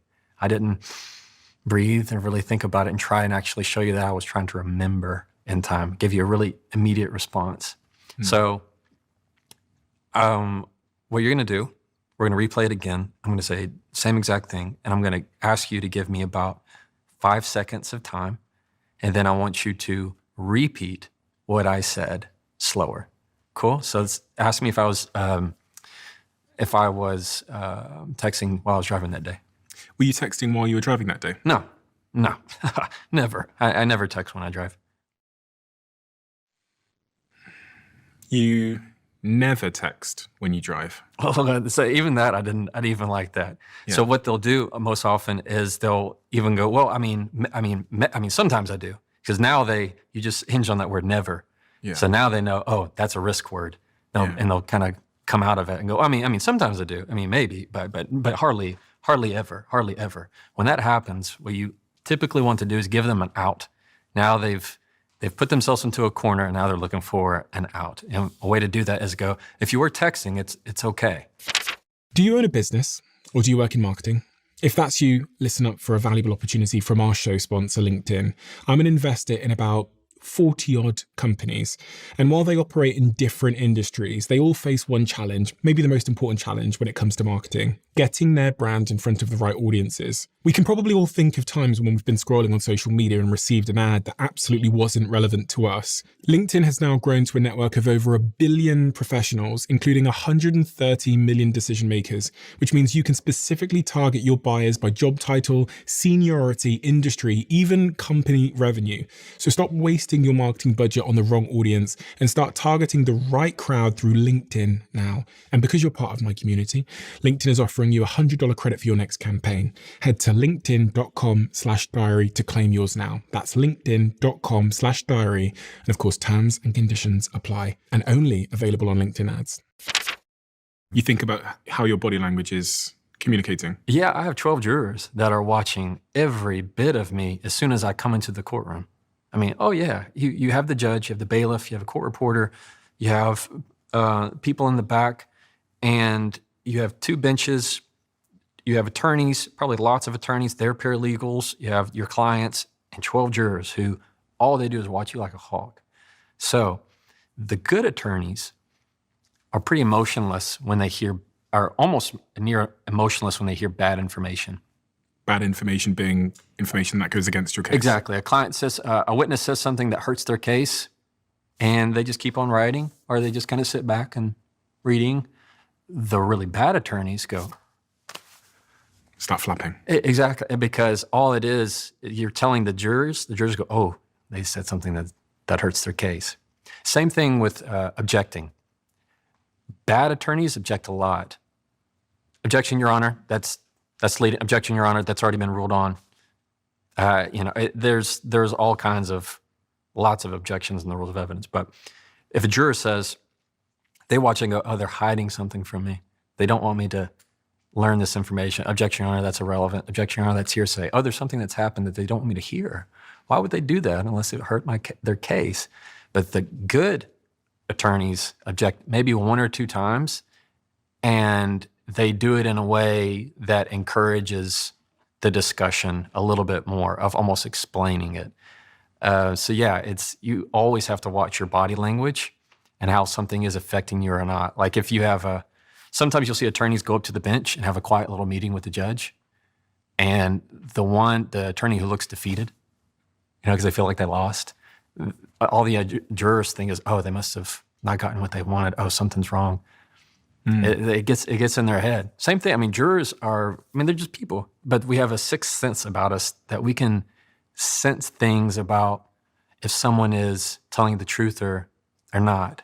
At the end of trials, most people don't know this, we get to talk to the jurors. You get to ask them questions if they want. But you can, after the trial's done, I can go up, if you were a juror, I can go up and ask you, how'd you think of the trial?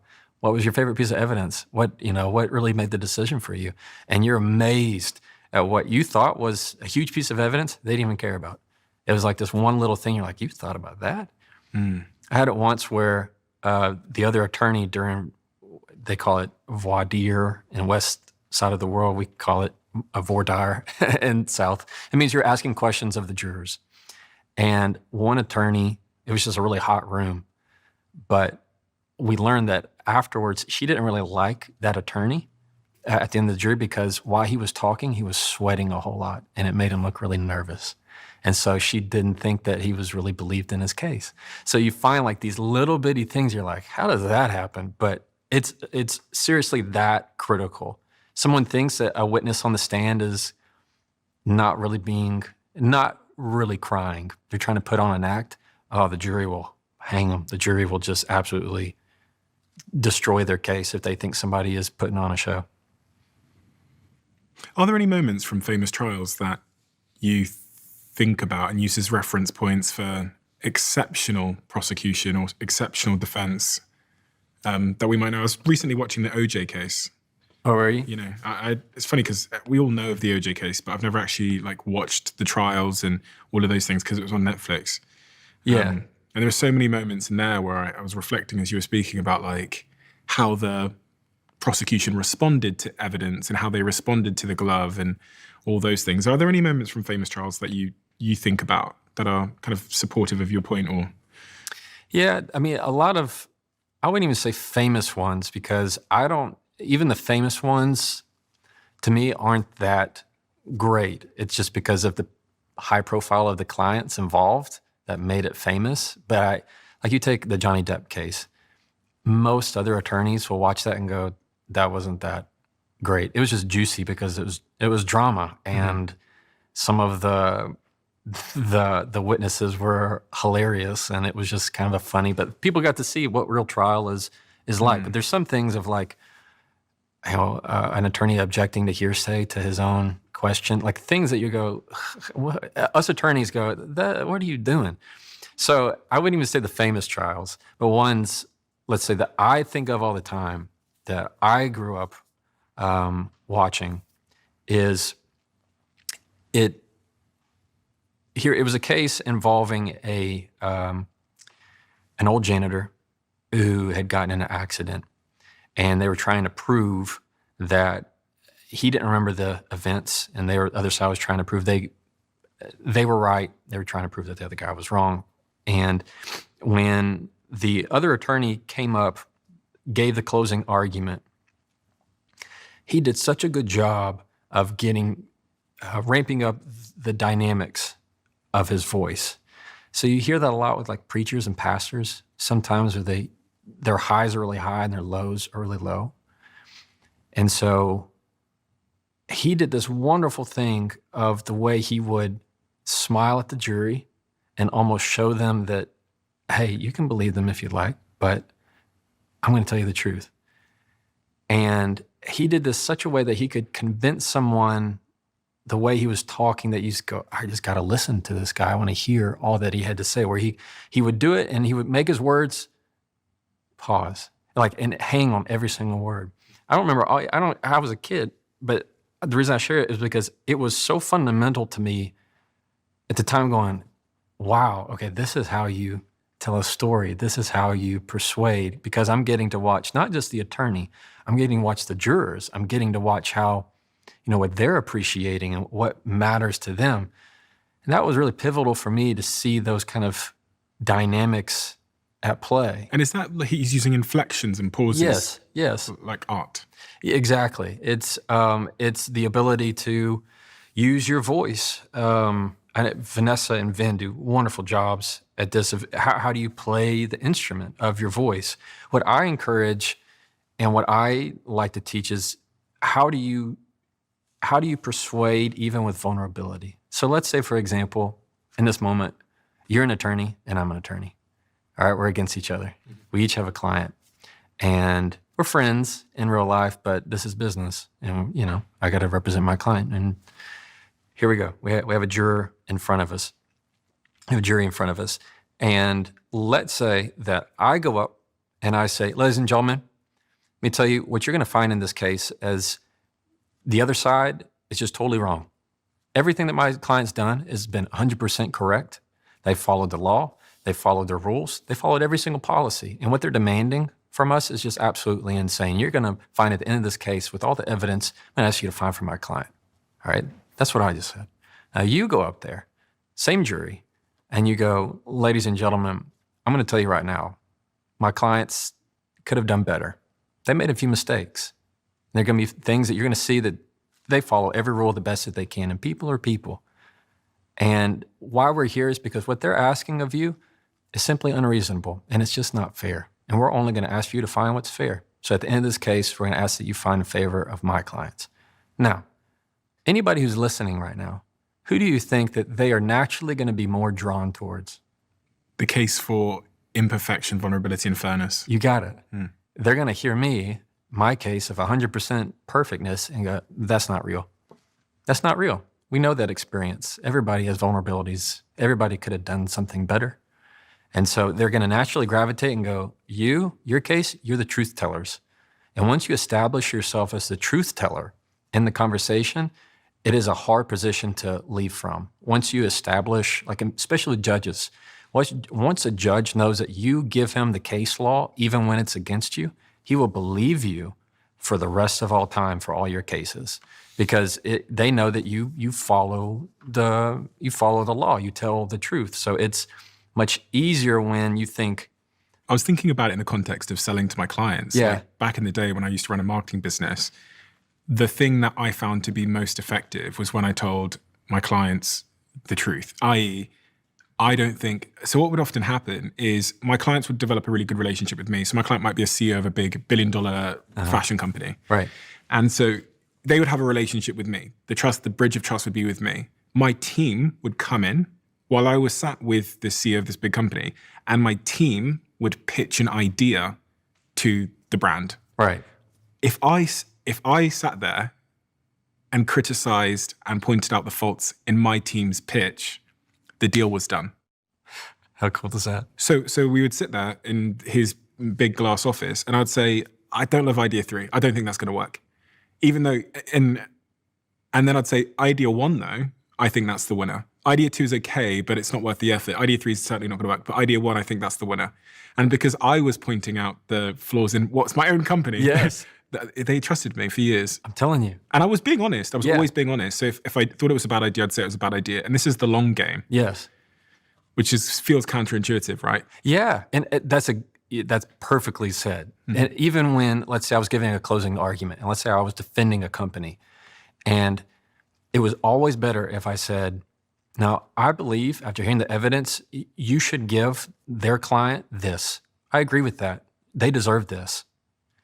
But it shouldn't be this number, right? You see how all of a sudden you're like, oh, okay, well, I can agree with that. Way different if I said they don't deserve a penny. Yeah. Like, very, very different. Now, in everyday conversation, it's that same way. If I stand by, I did nothing wrong. I couldn't have said it any differently. Everything I said was perfect. I'm right. It's the principle of it. Whenever you always have, there's no way I could have said that differently. You're giving the same exact vibes. But if I came to you and began that conversation with, I could have said that better.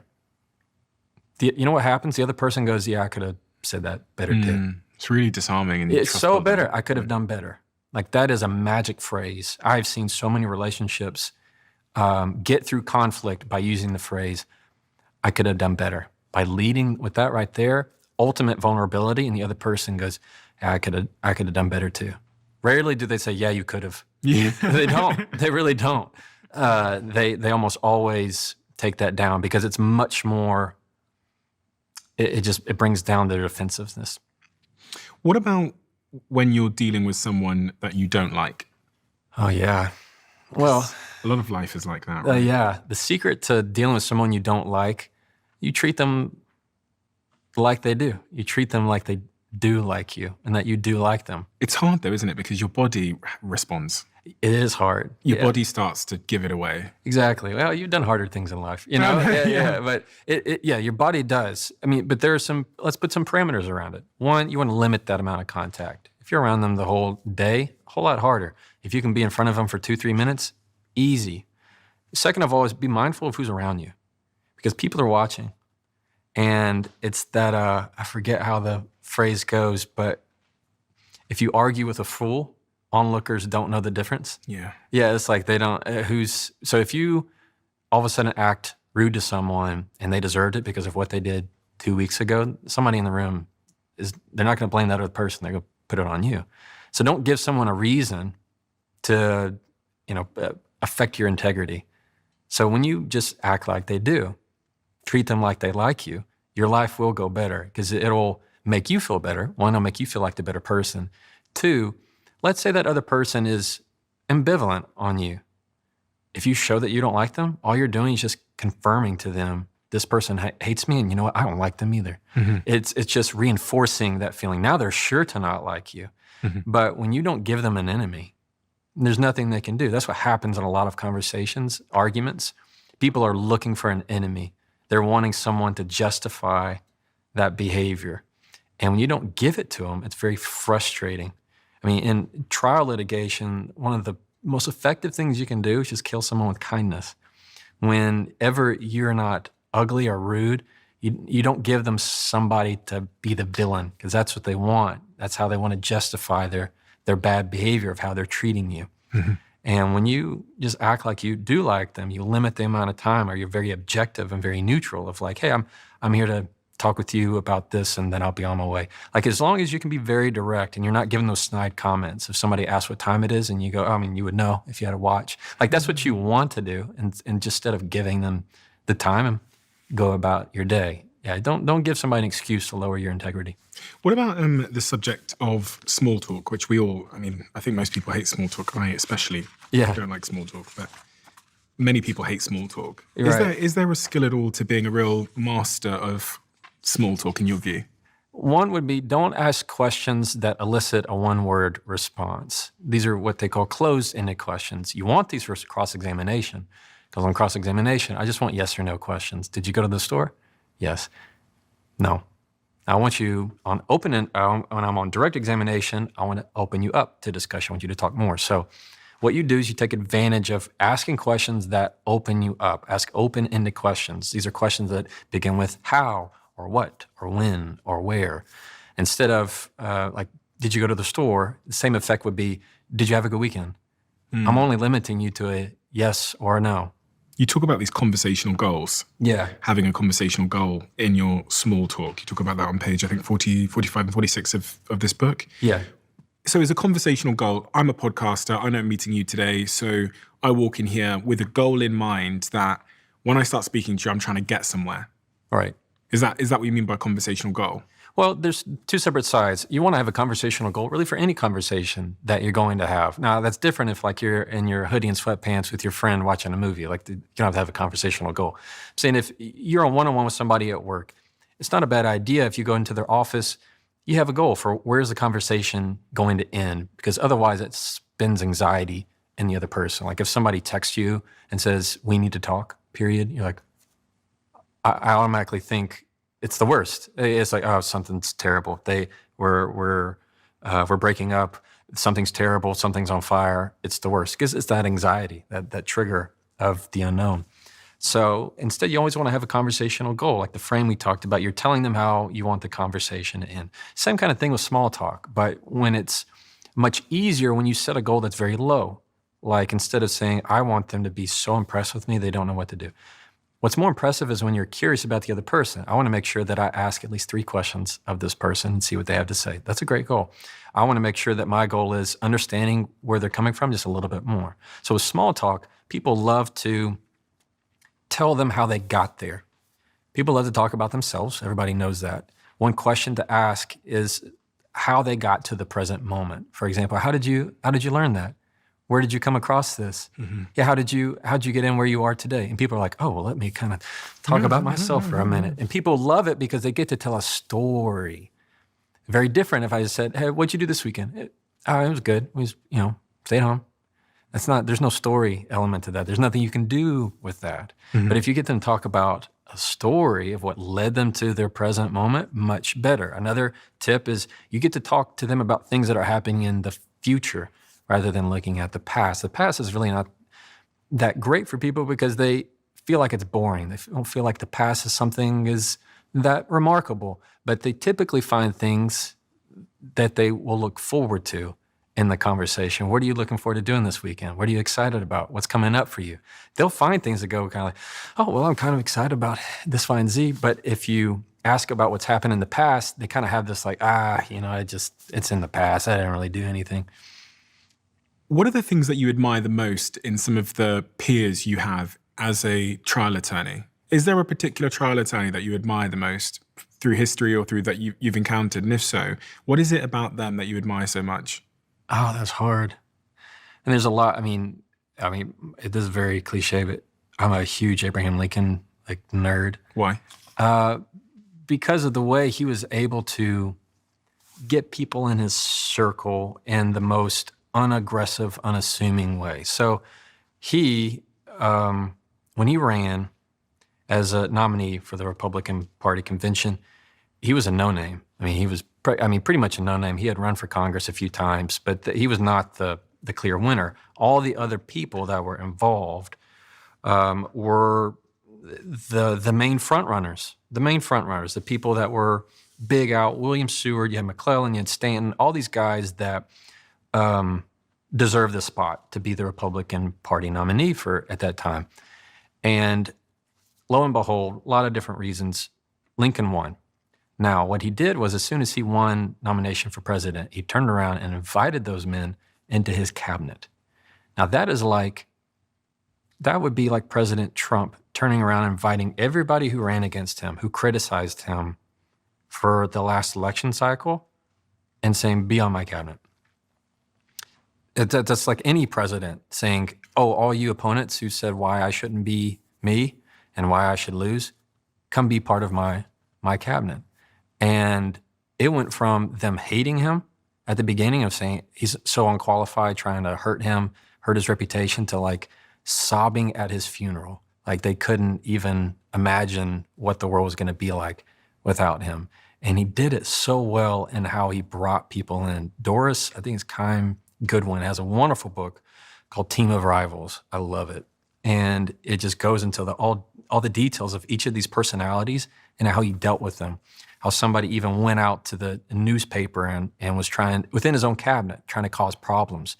He didn't even address it with him. Instead, he brought him in even closer, made him feel important, give him more jobs.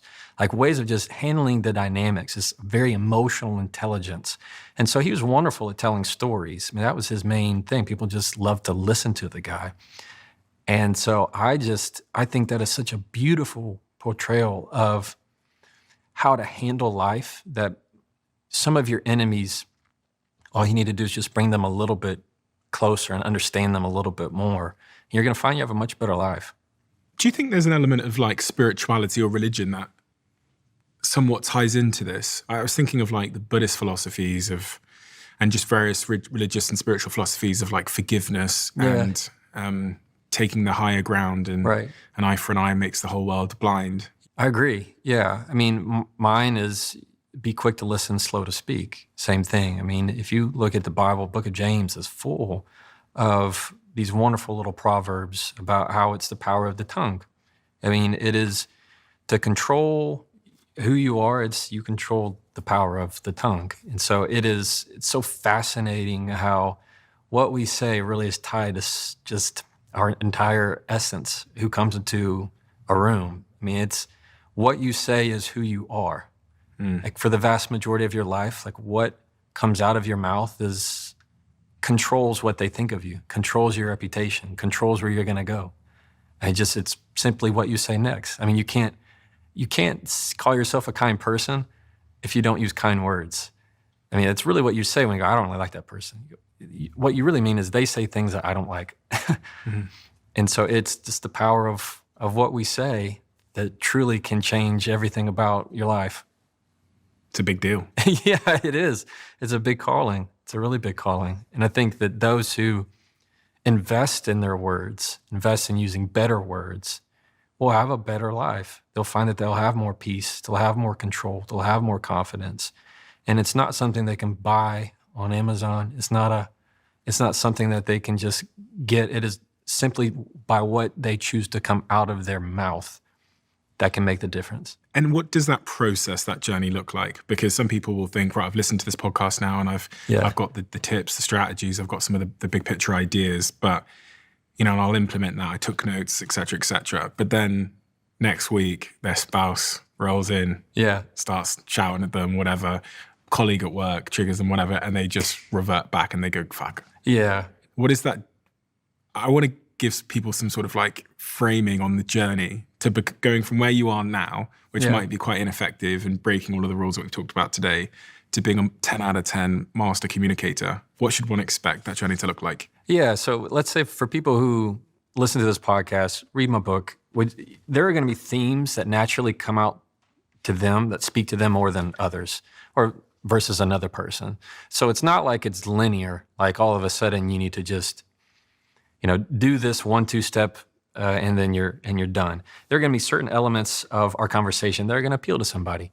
What they need to do is grab onto that and study that, and they're going to find ways to focus and get a discipline on that. So let's just focus on one rule that they want to improve. Don't try to improve your entire everything. Just try to improve one thing. So if you have a habit of, let's say, adding adverbs to every sentence, essentially, basically, literally, just, so, very, and you have all this fluff in your emails, and you don't want to do that, well, you're going to catch yourself to do that. I have an AI where that's what I do. So somebody can put in a sentence and say, no, remove all this stuff. And so little bitty things like that where they can train themselves to eliminate the fluff. Same thing with maybe they find themselves over-apologizing. Just focus on that and do one little bit at a time. And I promise you, just even the next sentence that they choose will be better than what they could have put out. This one change has transformed how my team and I move, train, and think about our bodies. When Dr. Daniel Lieberman came on the Diary of a CEO, he explained how modern shoes, with their cushioning and support, are making our feet weaker and less capable of doing what nature intended them to do. We've lost the natural strength and mobility in our feet, and this is leading to issues like back pain and knee pain. I'd already purchased a pair of Vivo barefoot shoes, so I showed them to Daniel Lieberman, and he told me that they were exactly the type of shoe that would help me restore natural foot movement and rebuild my strength. But I think it was plantar fasciitis that I had, where suddenly my feet started hurting all the time. And after that, I decided to start strengthening my own foot by using the Vivo Barefoots. And research from Liverpool University has backed this up. They've shown that wearing Vivo Barefoot shoes for 6 months can increase foot strength by up to 60%. Visit vivobarefoot.com/DOAC and use code DOAC20 for 20% off. That's vivobarefoot.com/DOAC. Use code DOAC20. A strong body starts with strong feet. No matter where I am in the world, it seems like everyone is drinking matcha. And there's a good chance that that matcha you're drinking is made by a company that I've invested more than 7 figures in, who are a sponsor of this podcast, called Perfect TED, because they're the brand used globally by cafes like Blank Street Coffee and Joe and the Juice and many, many more. Not only can you get Perfect TED matcha in cafes, but you can now also make it at home. Much cheaper, in seconds, using our flavoured matcha powders that I have here in front of me. Perfect TED matcha is ceremonial grade and sourced from Japan. It is smooth, it is naturally sweet, not like those bitter grassy matchas that I tried before Perfect TED. And if you are one of those people that have told yourself you don't like matcha, it's probably because you haven't tried our Perfect TED matcha. And you can find Perfect TED matcha in the UK in Tesco, Sainsbury's, Holland & Barrett, and in Waitrose, or Albert Heijn if you're in the Netherlands, and on Amazon in the USA, or get the full range online at perfectted.com, where you can get 40% off your first order with code Stephen40. The last section of rule number 2 in your book is about boundaries. Yeah. What do you mean by boundaries in this context? And also, could you explain to me this image here? Do you know that image? I'll put it on the screen for anybody to see it. Yeah. So this is all about how to say no. Especially, let's put it in a context of somebody invited you to anything. Let's say somebody invited you to grab a cup of coffee. Yeah. All right? Let's put it in terms of, that's what this graph is. So the graph says when you have the chance to say no or yes to something and you decide not to say no, instead you go, oh, maybe. And then it just lives in your head for the next week until they ask again. You're like, I just put it off. But if you say no when you need to say no, then it doesn't live in your head rent free. So let's put it in terms of, let's say you and I work at the same place. Yeah. And I ask you for, hey, Stephen, let's go grab a cup of coffee at this new place that I saw. And you're like, look, you're thinking in your head, you're like, look, Jefferson, you're nice, but we're not friends. we're just work guys. You know, I like you at work, but you're not that cool. Like, I don't want to go have coffee with you. That's what you're thinking in your head. And besides, you're so busy, you got too many things to do, and you need to say no. And instead you go, oh man, maybe it just depends. I'll let you know. I'm like, oh, okay. And then I'm waiting the whole day to hear from you. And now in your head, you're like, how do I tell him I don't want to do this? How do I tell him? And now you're just thinking about it and you're just wasting your emotional energy. And it just, instead of saying no when you needed to say no. But what if I come up with an excuse? I say, I just checked, I've got a meeting, Jefferson, so I can't come for the coffee. Well, if that's real. But if it's not real?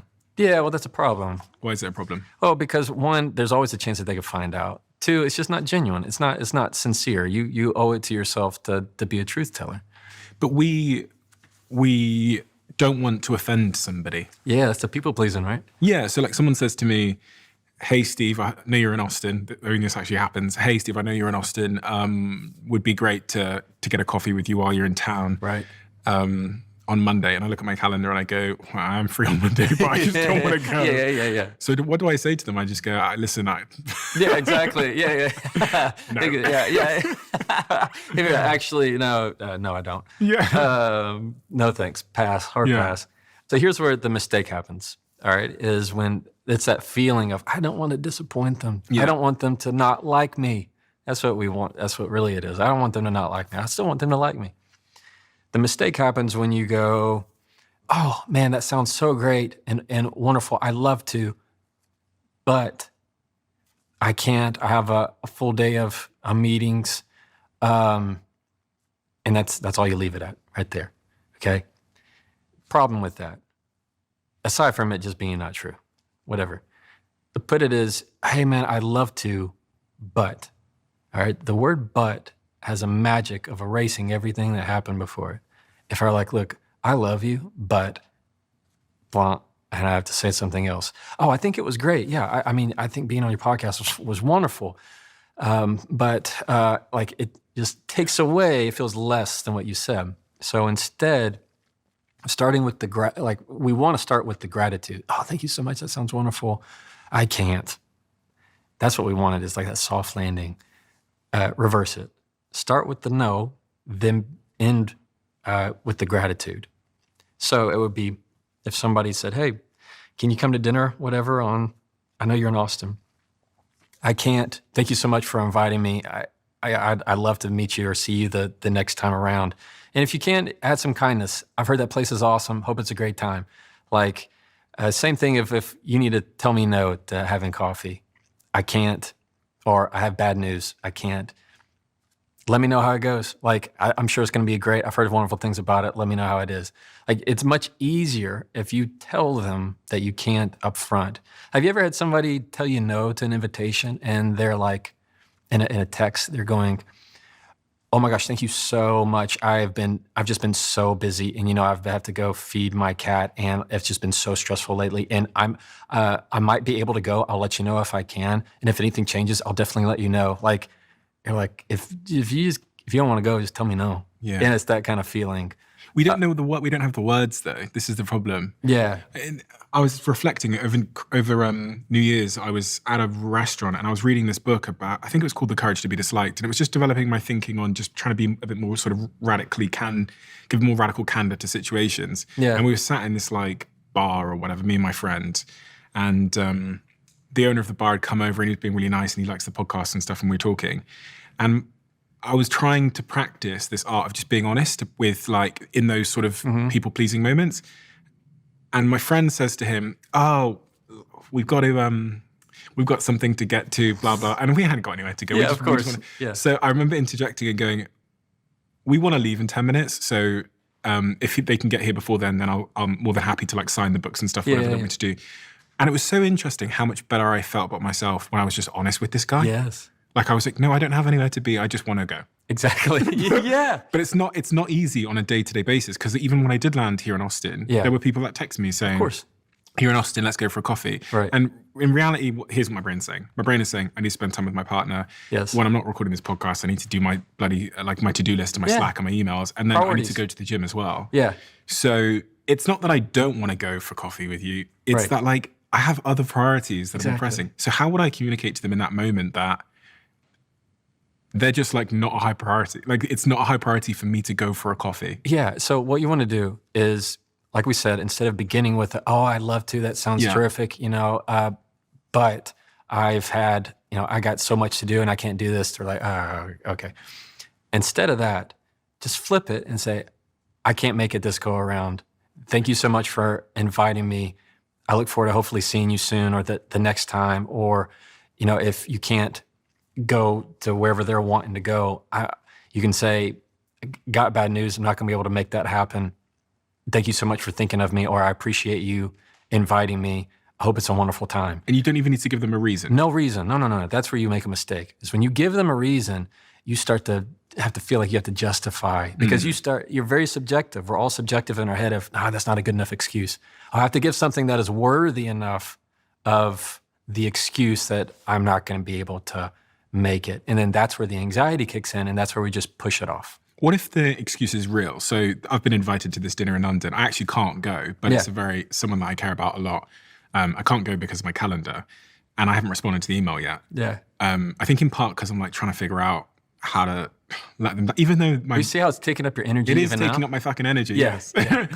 So in that situation, I should say, I was going to say terribly sorry. Yeah, no. Okay. I can't make it on this occasion because I'm in the Middle East. But thank you for the invitation. Yes. And if this ever pops up again, please do let me know. I'd love to come. Yeah. Because all of that is true. Yeah, there it is. Okay. I think that's perfect. There's nothing wrong with saying because I'm in the Middle East. It's when it's more like that bar scenario when you don't have anywhere else to go. You saying it. Don't want to. Okay. And don't say terribly sorry. No. Yeah, because there's nothing to apologize for. You haven't done anything wrong. Save your apologies for when you said something you should not have done. You have made an actual mistake. And I'm not terribly fucking sorry. Of course you're not. I'm not terribly sorry. You're not sorry at all. You're very thankful. Yeah. You're very thankful about it. You're not sorry at all. So instead of the so terribly sorry, or unfortunately, it's I can't make it work. You see how it's when I say I can't make it work, I'm signaling to you that I have other things going on and I cannot fit it in. Mm-hmm. It's not that you're not a priority. I just can't make it work. And so anytime you get that out front and then follow it up with the gratitude, I appreciate you, thank you, so kind of you for thinking of me, and then add on a little bit, like just a sprig of kindness. I'm like, I know it's going to be a wonderful time. Mm-hmm. Perfect. That's all you need right there. Instead of going, I need to respond to that email. And then you're like 2 weeks later, you're like, I got to respond to that email. And you just get yourself worked up. It's so ironic that I started this with an while I was holding this particular image. Nice. So what is this image that I have in my hand for people that can't see this conversation right now? Yeah, so it looks like it's verbal fillers. So verbal fillers. One thing we've come to learn from doing this podcast is that when a guest on the show uses a lot of verbal fillers, people get irritated in the comment section. It's so interesting, but it's really taught me a lot about how to speak better. Because if someone comes on the Diary of a CEO and the guest is constantly saying it's like the top 3 comments. I just did it then. Yeah, well, it's the top 3 comments on the video. Right. Should I be getting rid of these filler words? They're if I want to be a more effective, impactful communicator, because the great communicators that I see on stages and stuff, they don't use Right. If you're on a stage, if you're giving a presentation, don't use them. Yeah, that's a real easy rule. In casual conversation, who cares? It's the only thing that makes this different is because it gets posted and people are going to pay attention to every single word that you say, and they're going to want to put that up. Everybody has some kind of verbal fillers. If they don't, they've been trained on it. That's all, that can almost be guaranteed. They've had some kind of media training if they don't use any verbal fillers, because verbal fillers are very common. But if you want to be an impactful speaker at a presentation, you don't want to have the the like, okay, add okay right after the sentence. I'll see different. It's a habit for very new attorneys to begin to ask a question of a witness and say okay right afterwards. They'll ask, so do you see the red car? Just give an answer. Yes. Okay.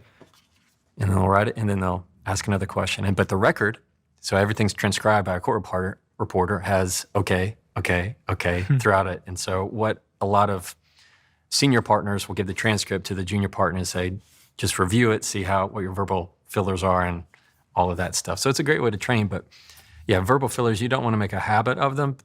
They happen. There's nothing wrong with saying like or saying nothing on its face wrong with it.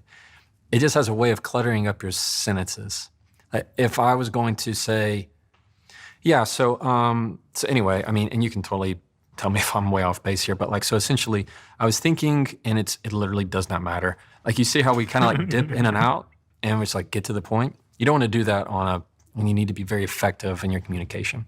What is the most important thing we should have talked about that we haven't talked about as it relates to the work that you do, the questions that people ask you, and the value that you have to give to my audience? What's the most important thing?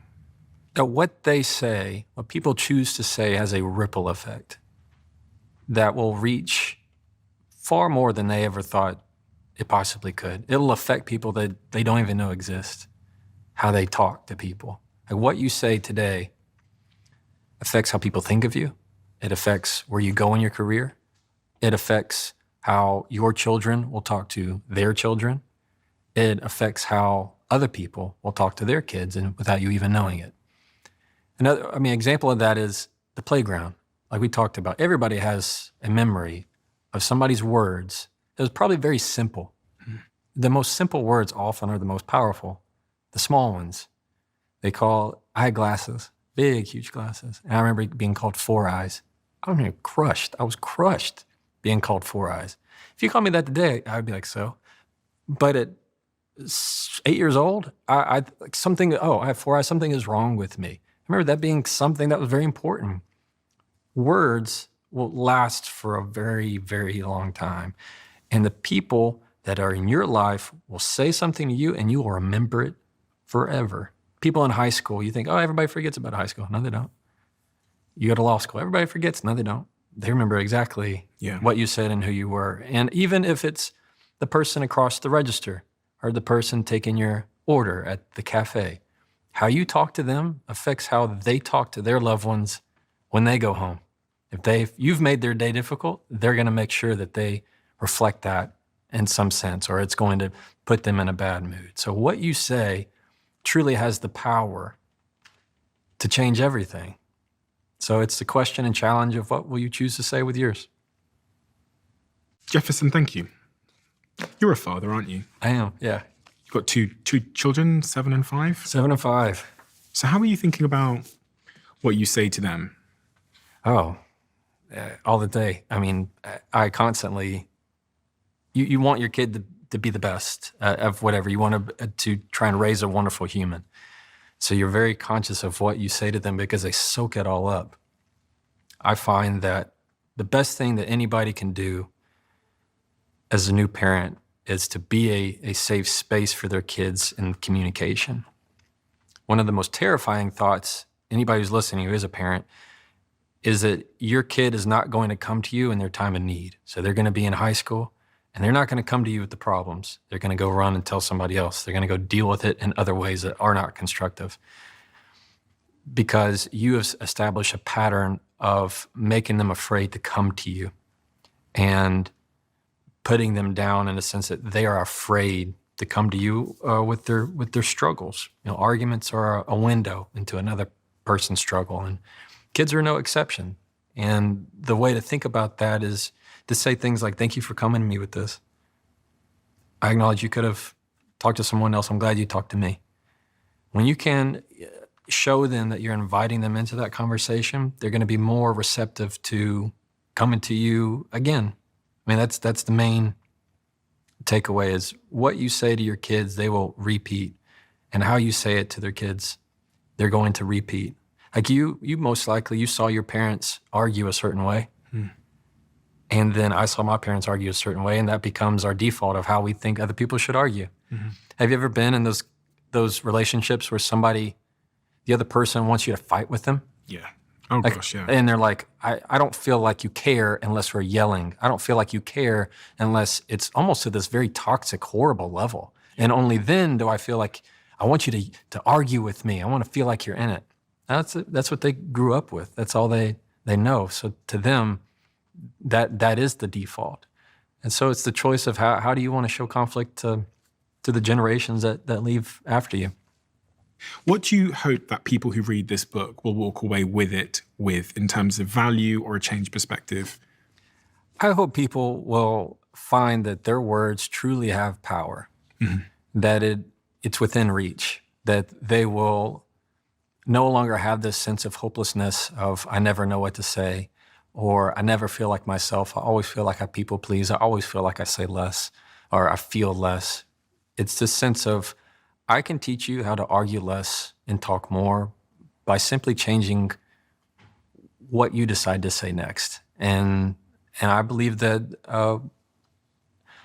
all the world needs is one better conversation at a time.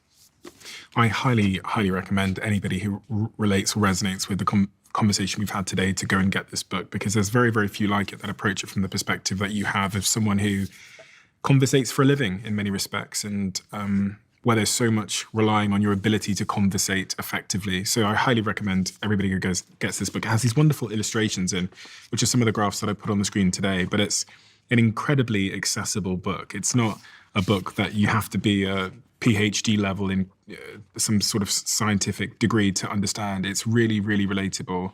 It's written by someone who understands their audience tremendously well, but also clearly someone who's made a ton of content. But you've 12 million followers online and understands exactly how to relate to people. So this is the book for everybody. And if you've struggled with conversation, if you feel disempowered because you don't have the skill of the tongue like some people do, if you feel like you're dealing with difficult people in your life and being manipulated, or don't feel like you have the tools to get your point across and to talk more and argue less, then I highly recommend you get this book. And I'll link it below for anybody that wants to check it out.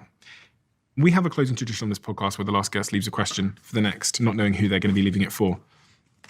And the question that's been left for you is, if you could go back in time 20 years and get a message from yourself today, what would that message be? Let's see. I'm 36. Go back in time to I was 16. I would probably tell him, you're doing a good job. Just have a real heart-to-heart of, you don't have to always just keep chasing for what's next. Just be real happy in the present moment. I think that started at an early age of always wanting to, like anything, you want to be the best. You want to push yourself. You want to do that. And sometimes I, as being the oldest child and the old soul, I don't think I allowed myself to feel the freedom sometimes of childhood. I just grew up really quickly. Took a lot of independence and responsibility on myself at a really early age.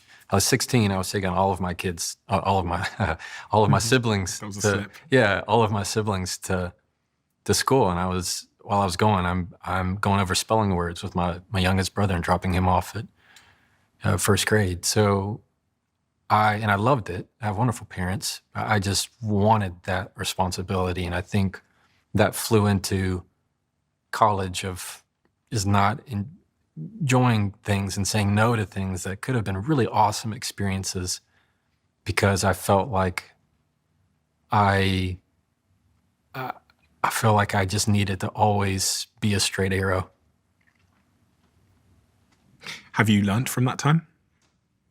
Have you changed in that regard? A little bit. I think I have, because I see it in my kids. And my son's 7, my daughter's 5. And I can already tell my son is just like me. And which is cool and scary. And so I find myself when I'm talking to him, it's like I'm talking to myself. And there's a part of it that's very healing when I can tell him of, look, even if he just did coach pitch. I'm like, hey, look, if you strike out, I love you just the same. You're good. Don't worry about it. Like, hey, we'll keep practicing. Like just little bitty moments where I didn't allow for myself. I just kept pushing and pushing, and I don't think I ever stopped to do that. And so seeing that with my son is very healing in that way, where I feel like I'm talking to myself just as much as I'm talking to him. Jefferson Fisher, if I want to hear more from you, buy the book. Where else can I find you? Yeah, so you can find me on social media, Jefferson Fisher, Instagram, jeffersonfisher.com/book for the book. Yeah, you can just search Jefferson Fisher on social media and I'll be around. Thank you so much for doing what you do. It's an incredible gift to give people who feel like the lights are off, like they don't have, as we said a second ago, like the tools and the answers to be effective in their life. And it's, as we said, it's such an unfair competitive disadvantage in life to have all the skills, all the talent, all the potential, but it to be trapped behind an untrained tongue or an untrained mind in the context of how we respond and taking a pause and just having some of those really sort of foundational tools. So thank you for doing what you do. It's no surprise to me that you're so incredibly resonant in this moment in time where so many of us, quite frankly, especially younger generations, just don't know how to communicate. We don't know how to have a conversation, how to resolve conflict, because we're living behind screens now. Right. So much of our, the muscle of communication and conversation isn't being trained in the same way. So highly recommend as well, if anyone's got any kids out there that are going off into the world and maybe have been glued to TikTok for too long, for them to listen to this conversation, to buy the book, and to get further into your work. Jefferson, thank you. Thank you very much. It's been an honor. The hardest conversations are often the ones we avoid. But what if you had the right question to start them with? Every single guest on the Diary of a CEO has left behind a question in this diary. And it's a question designed to challenge, to connect, and to go deeper with the next guest. And these are all the questions that I have here in my hand. On one side, you've got the question that was asked, the name of the person who wrote it. And on the other side, if you scan that, you can watch the person who came after who answered it. 51 questions split across 3 different levels, the warm-up level, the open-up level, and the deep level. So you decide how deep the conversation goes. And people play these conversation cards in boardrooms at work, in bedrooms, alone at night, and on first dates, and everywhere in between. I'll put a link to the conversation cards in the description below, and you can get yours at thediary.com. This has always blown my mind a little bit. 53% of you that listen to this show regularly haven't yet subscribed to this show. So could I ask you for a favor? If you like the show and you like what we do here and you want to support us, the free, simple way that you can do just that is by hitting the subscribe button. And my commitment to you is if you do that, then I'll do everything in my power, me and my team, to make sure that this show is better for you every single week. We'll listen to your feedback, we'll find the guests that you want me to speak to, and we'll continue to do what we do.